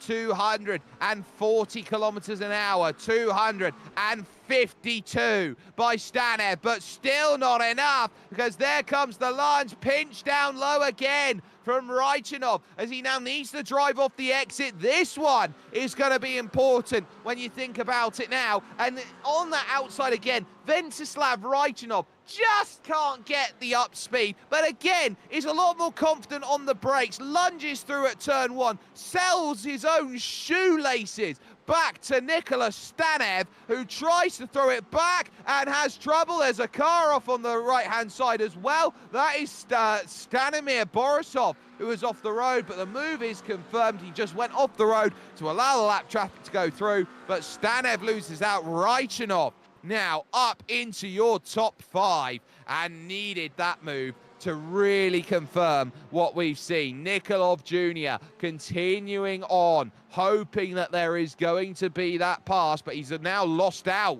on places. So Mikov has gone through. Oh, passing the grass, is it? Passing the grass, hold on to it. It's going to be a Bronco that he tries to hold on to. Just about loses out. That would have been a sensational pass if Alexander Nikolov Jr. could have held on against Nikolai Mikov for that pass. They've been dropped by Kochev now, who's in 3rd position and in 2nd position, sorry. But here comes Nikolov again. That McLaren looking quick, but ultimately it's the Porsche that's able to shake off and say, I can still hold on to that podium position. Still more traffic to deal with, still more time to be had out there. Worth keeping an eye out on the gap that Serafimov and Erms have those 4 seconds to play with over Boyko Shopov, and they'll be looking at that. Oh, Vladdy's in the pits again.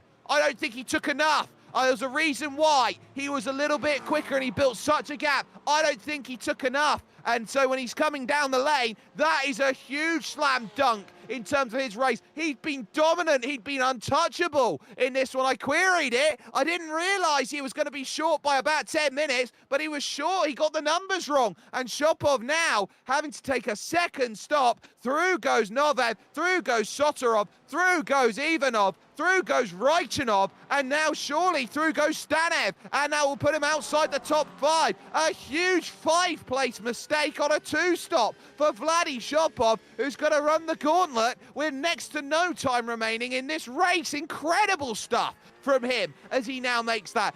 So unforced as well, because he had the gap at the front of the field. Oh, Vladdy. Oh, Vladdy Shopov, you need a little bit of help, buddy, to get yourself back into position here after what was a dominant run. Christian Novev is your new race leader, and suddenly it's Novev versus Sotorov versus Ivanov, and it will be for overall victory here in GT3 Pro, and definitely not out of the realms for Shopov if he can quickly make passes. Speaking of passes, Roy Viveka now speaking of what he needs to find. He thinks about the inside as the windscreen wiper goes at the front. He looks at Milen Milchev and thinks, I can't quite get there through turn 1. Will grit his teeth as he says it, because it just wasn't quite there. Very pleasant guy to chat with, Roy Viveka. Very much a case of, well, you get a point for going fast and a point for going fast, and I don't like it, and I very much just want a race that is a race that is a race, and he is racing out there. A true racer he is Roy Viveka, and he looks at Milen Milchev and thinks, can I get a bit more? Speaking of a bit more. Vladi Shopov looks around and thinks, can I get a run here through Orman? Milchev again defends against Roy Viveka and holds his position and holds his ground and stays with it and resolute. But it is Nicholas Stanev we've got to have to see, because Shopov surely will be eyeing up turn one, knowing he's got about 4 seconds to chase down and next to no time to do it. Dives down the inside at Sunset Bend, and that will be a top 5. He'll get the drive through the middle of the corner as well. A double whammy for Nicholas Stanev as he's back to P6 again. He only had it for a cup of coffee there in that fifth place position, and then Ventsislav Raichanov will be next. But that leading trio here at 0.4 of a second. Oh, Jeffrey Ooms dropping down the order. So what's happened? Sorry, Joris Ooms dropping down the order. He's had an off, I think, coming through at Tower Corner. So Joris Ooms then losing out that place. Joris then off the what was going to be a podium on the back, 3rd place behind Serafimov in GT3 AM, gives it to Dimitrov. And now Viveka realizes this, and this is for 4th now. If he wants this pass, if he wants this move, if he wants this position, all the way to the white line. You can see against Roy Viveka goes Milan Milchev, desperate to defend that place, and Milchev does just enough to hold that position off. And now the drive off the exit. Viveka gets a monster run. We'll have to go to the outside now and hope to get this sorted. And again, hoping that pass is there, but again, it's not. So it's still not there. Shopov, by the way, has caught Raichanov for 5th place, and still your podium battle overall is there as we go forward. We've got to look up at the front of this field after Viveka throws it down the inside of the lap traffic who gets turned. The lap traffic gets turned. That's a big issue out there for Koshev, who's got to get back on the power. It costs him 2nd to Alexander Nikolov Jr. Oh, no, not like that. It will cost him 3rd, to Nikolov Jr., 2nd to Mikov.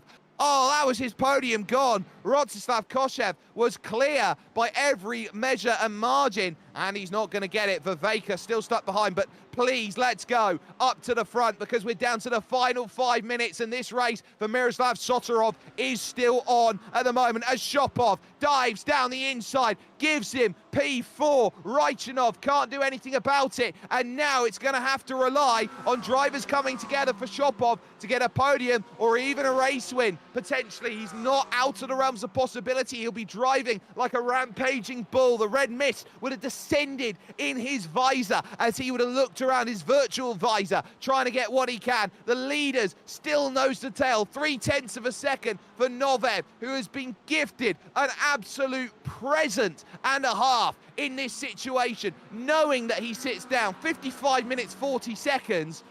It's going to be close, but it's 4 laps to go. They're going to be 20 seconds short at the line, and they're going to have to go another lap around at this current pace. So it's going to be very close on the line, but they're going to be looking down the barrel of 32 laps worth of racing here at this point. Sotorov continuing to stay close. In 2nd, you've got Zdravko Ivanov, who's not wanting to do anything silly here in 3rd. Viveka starting to fade then in that group, and looking behind at Karpachev, who is there just behind in 5th in class, looking for any way through. Battles are everywhere, here, there, and everywhere. The only place that isn't is for your race lead overall in GT4, where, of course, Martin Yankov has been so dominant, but Zdravko holds himself steady as he watches this group, and I still think Christian Novev is safe here at the front of this. I still do worry about Serafimov out there, and also for Ooms as well, who will both maybe have to come in for an extra stop if they haven't saved enough fuel with just how many laps they have to do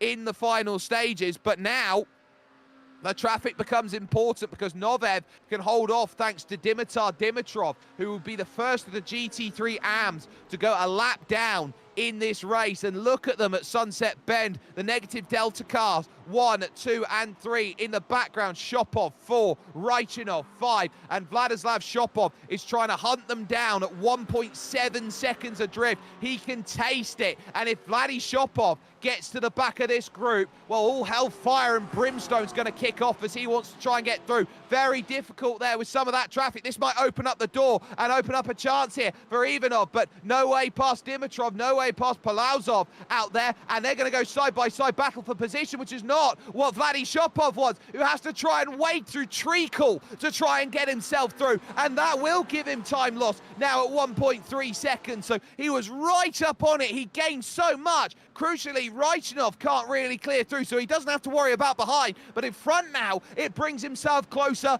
again. If he, Vladislav Shopov, with 2 stops, can win this race, I tell you what, it'll be one of the greatest miracles we've seen in any racing on Pitlane.TV, with the way he's trying to fight back, with everything he's got. 4 tenths and 5 tenths between Ivanov, Sotorov and Novev, who leads this race. But Novev realises that he's at 2 laps to go, and he'll cross the line, and he'll be short by about 14 seconds here to get himself what he needs. And he'll know he'll have to go 1 lap further. And Sotorov looks about and thinks, well, am I just waiting for the right time in my Porsche to get the move on the McLaren? The Porsche is definitely known as a downforce dependent car, never known truly as the car that can make top speeds, but it's so good on the brakes is what gives it its advantage. It's great through the medium to low speed corners. That's where it gains its advantage. The straight, you can see the drive off the exit, the traction is there for Christian Novev, and he continues to build his margin, and we are going to be in for an absolute showcase of who can do what as we'll head towards 1 lap to go. Andreev still looking at Yekov for a position, and it's not going to change anything there. You've also got Mavrodiev, who's hoping that he can make a pass on Ohms, who, remember, is going to be walking and limping through. There goes Andreev as the last lap starts. The white flag waved by Barney the flagman, and they'll all have to go an extra lap. 9th for Andreev, your leader of GT3 AM. Traffic everywhere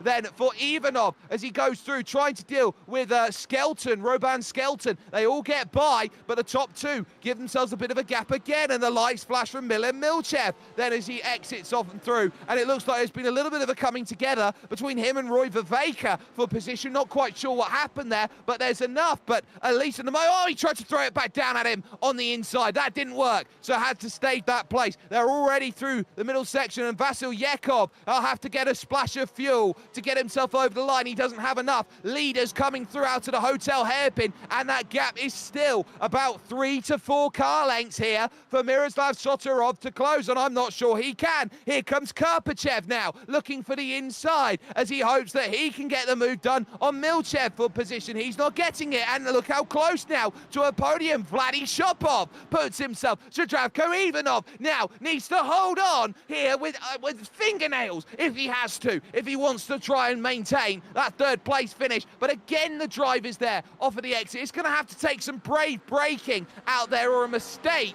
from Christian Novev to allow Miroslav Sotorov the chance to make this happen. This was a day of gift. This was a day of giving. This was supposed to be Vladi Shopov's day, and he's so desperate for a podium, I'm not sure he's going to get it. Maximise your run out of GT3 and now here comes the run onto Sunset. Now the Almond Straight for the final time. That margin looks a little bit much. A bit of traffic in all in Malinov might just be the solace looked at for Christian Novev. 1 corner of 1,004 lines remains in this race. Final corner for Christian Novev. He's got the drive off the exit. Miroslav Sotorov can't do enough. Ivanov will hold as well. The gift that keeps on giving is Christian Novev, who takes the opener here at Sebring. Sotorov is 2nd. It's 3rd for Zdravko Ivanov, and Vladi Shopov threw a slam dunk victory away today on fuel numbers to pull himself back down the order as the likes of those starting to find the finish bring themselves in. Troubles then on the final laps as the likes of Milan Milchev is out of fuel as he tries to desperately get himself over towards the line. He's not going to get there, but keep an eye out on Bozidar Andreev, who's coming around the final corner, because he is going to pick up your GT3 AM category victory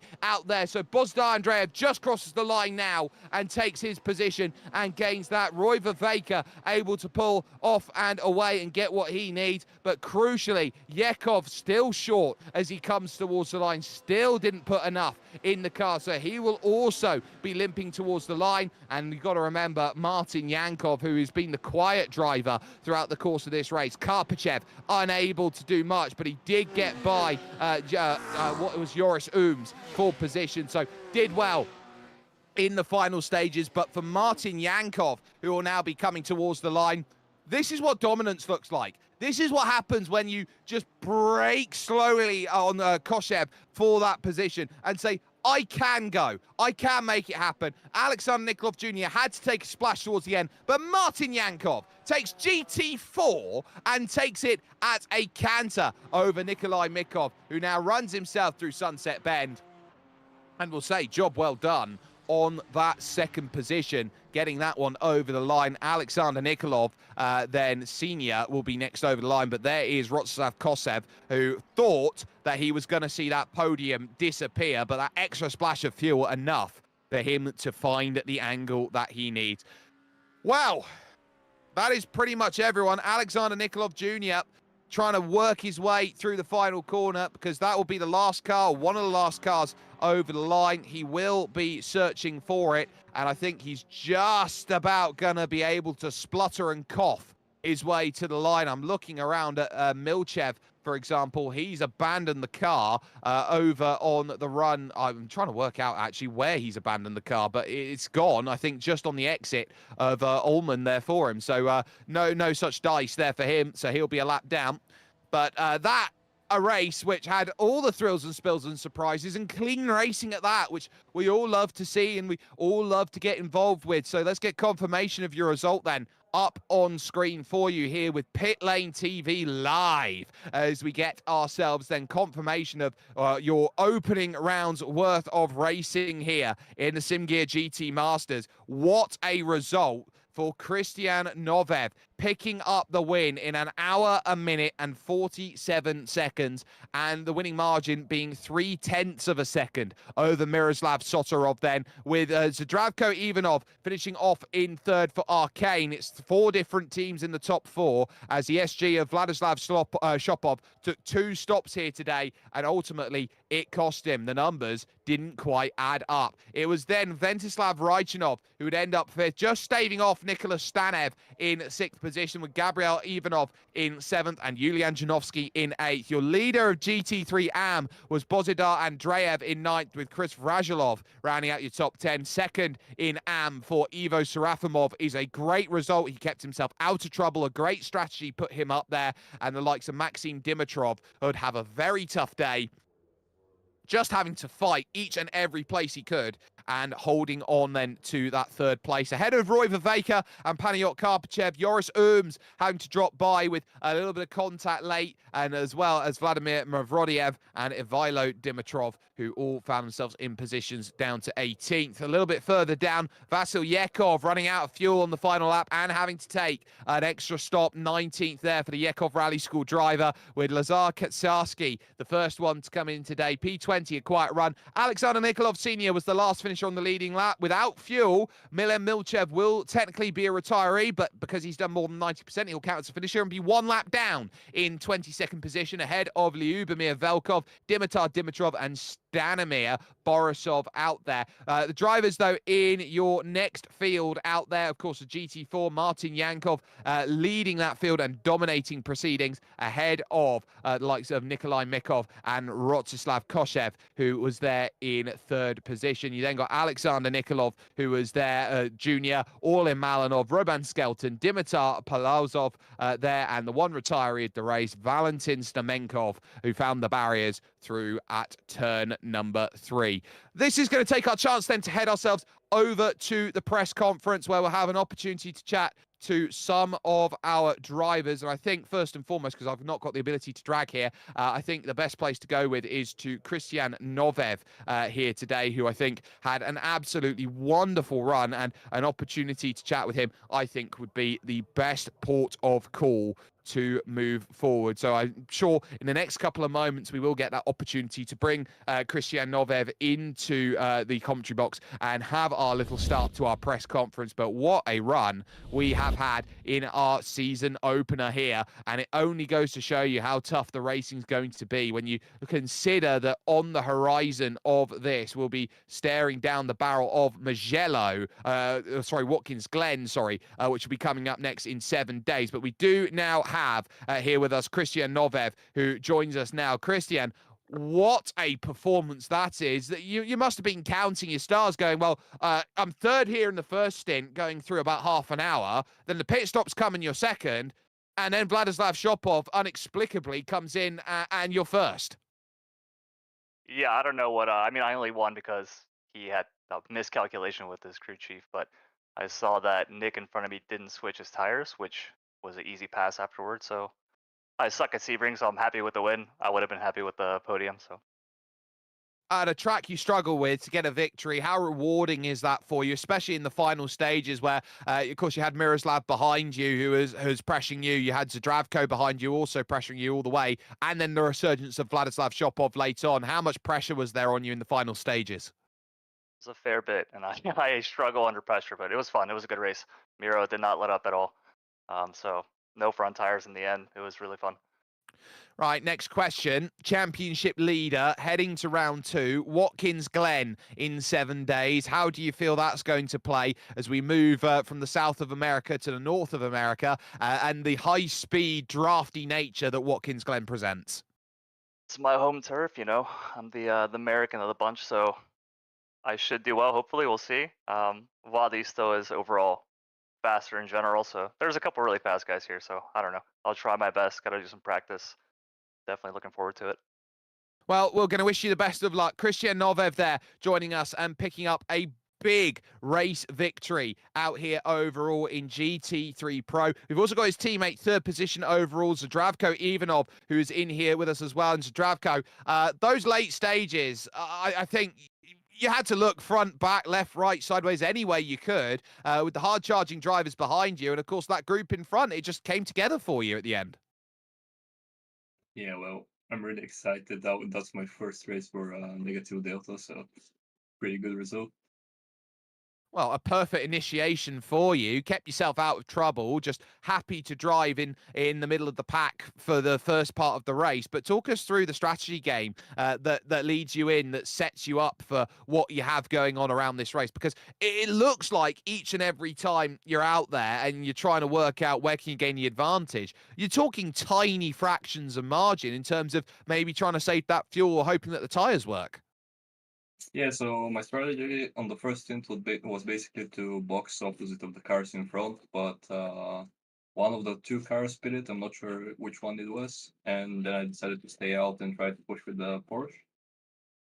And it didn't quite work out. We didn't manage to get the overcut, but I think the Porsche didn't change his tires, so I was in a bit of an advantage. He had a bit more pace, but just not enough to gain a better than P3, I guess. Well, you take your P3. It's some very strong points heading to Watkins Glen. How do you feel about that circuit? Is it one that suits you or doesn't? I'm not gonna lie, I've never driven it, so it's gonna be a pretty weird experience for me.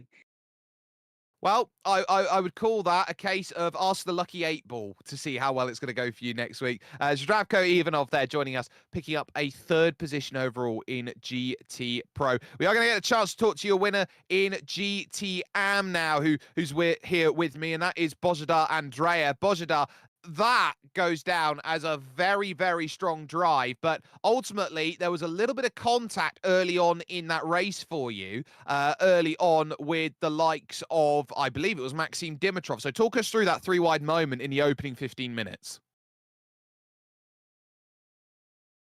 Bozidar, do you have a copy of you, mate? Yeah, I'm here.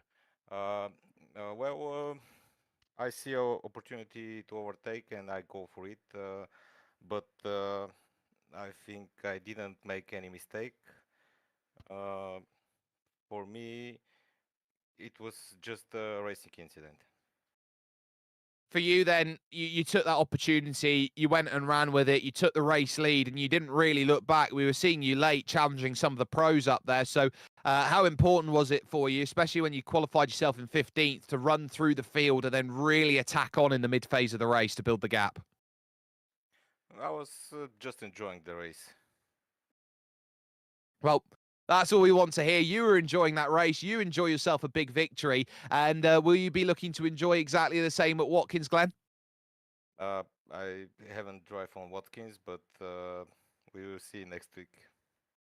Well, we'll wish you the best of luck. Bozidar Andreev there joining us as your race victor in GT3 AM. We'll take the chance to go to second position in GT3 AM, which was Ivo Serafimov, who had a very nice strategy in the middle of the race. Ivo, talk us through that strategy call, because you managed to jump from about 5th position up to 2nd, and it looks like you never looked back.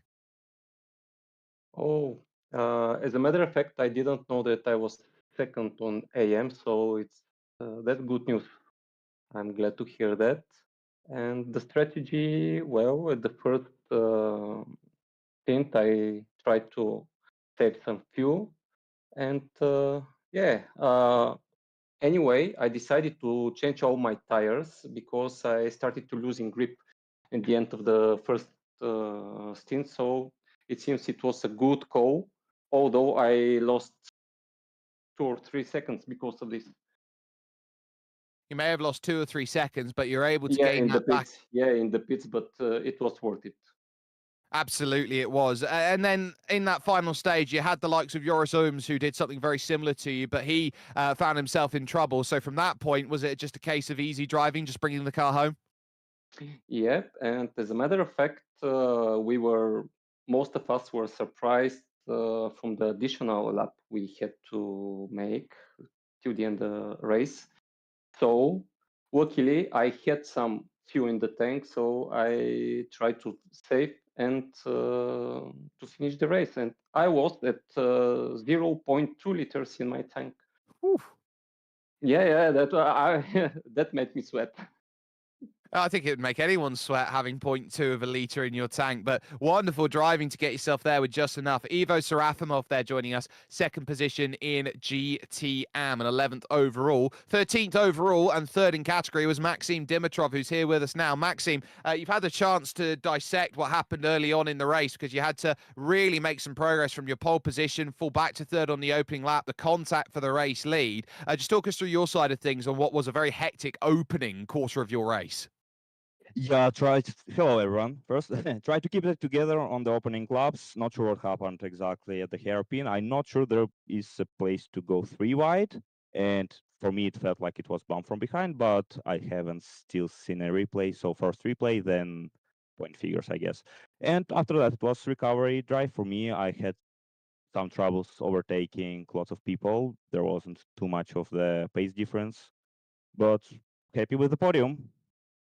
You certainly take that podium. It was absolutely crazy going through in the mid-pack scraps between, of course, you and likes of Milan Milchev was in there, Joris Ooms was in there for a bit, Roy Viveka. The entire group in that middle pack looked like they wanted to fight, especially Panayot Karpachev. So talk us through dealing with such close quarters combat here in GT3 category. Yeah, I needed to lift off a couple of times and just wait and see how the race would develop for them. And whenever I have had any opportunity to cleanly overtake, I didn't want to risk to have an incident again. So like safely finishing the race was the main goal for me. Main goal for you certainly worked out. You've managed to pick up some important AM points with Watkins Glen on the horizon, and with a track that naturally lends itself to the style of battling that we saw today in the mid-pack of the AM category. Are you expecting more of the same in 7 days? I don't know. We'll see. I had lots of practice for Sebring 12 hours before, so probably I won't put as many hours in practice for Watkins. Well, we're going to wish you the best of luck there. Maxim Dimitrov joining us, getting a third position overall. And finally, we'll jump down to your GT4 category, which looked very dominant at the front for the 09 BMW. I've got Martin Yankov here along with me. Martin, that was a dominant race for you, but it was in the early stages a case of holding parity for that early stages. What do you think was the tipping point that gave you the break you wanted? Well, it was a really intense race at the beginning. I struggled a lot with Rusty, but after some traffic and after the box, everything was fine from there. It definitely looked like it. You were able to build I believe it was a 14-second gap by the end of the race that you were able to navigate through. You had the fastest time in practice, the fastest time in qualifying, and you were dominant today in the race. Started 26th, finished 26th. So when you look around it as a category for a start at Sebring, could you have had, was there any way you could make that more perfect than it was? Yeah, I don't think so. Maybe if I had the fastest lap, I think at the end Rosty got it. But yeah, 1 week ago, I haven't driven at Sebring before, so I started practicing a lot, and it paid off. Certainly did. It looks like it's your place. Are you going to be in that same sort of mindset for practice when Watkins Glen comes around in a week? Yeah, maybe. I hope I have time. Well, we hope you have time because you've had a fantastic drive here today. Martin Yankov joining us then and picking up the victory. And we'll move over to Rosti Kochev, who is there in in third position, overall. Second for a long time, Rosti, in terms of the way that you were looking at this race. There was contact for you with a little bit of the faster categories of cars going through at turn 3, which looked like that could have put pay dirt to your podium. So seeing the likes of Alexander Nikolov Jr. running out of fuel with a lap to go, are you pleased with that podium despite all of what happened? Yeah, I think it was a great race, so I enjoyed it a lot. The pace was really good at the beginning, then I fell off a bit. But the incident was, I have to review it. I don't know if I didn't leave enough space or it was very tight. So I'm relieved I got the podium. Well, you're relieved you've got that podium, but ultimately, it's a small category of class in GT4 this season. So you've only got the 9 drivers around you. So how important now is the emphasis on getting these results, knowing that the difference between second, third, fourth, fifth is a lot bigger than maybe what you'd see for a points perspective than in the GT3 categories? Well, you never know. I mean, it's a first round. We, I guess we're getting used to it. The format, it's new for us. So you never know, but I think it's a good result for us today. Well, it's a great result for you, and Watkins Glen comes up on the horizon. And with the issues that you had, maybe with a little bit of tyre drop off, do you think there's going to be some time to sort of understand the car a little bit more heading into the next round? Oh yeah, I have. I will definitely practice more because literally I was driving the last 3 days only. So I'll definitely practice more and see what are the results.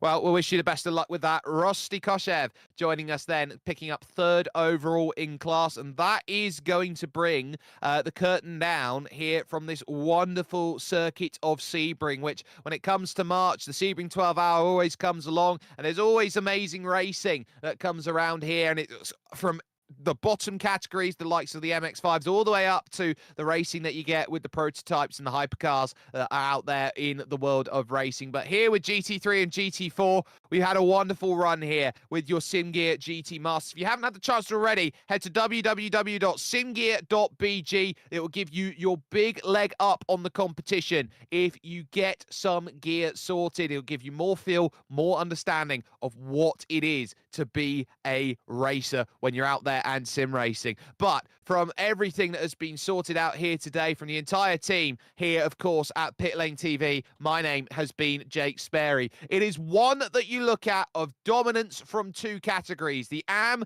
and GT4. Martin Yankov will be happy, so too will Bozidar Andreev, with those 2 performances finding themselves with big, strong results. But you look up at GT3 Pro and the 2 stops needed by Vladislav Shopov, a huge missed opportunity today to confirm a dominant victory here. Christian Novev, your championship leader, and in 7 days' time, he'll look to defend it, and he'll be upstate in New York for that. New York, New York. We will head over to you. We'll head to Watkins Glen, where the second round of your championship continues.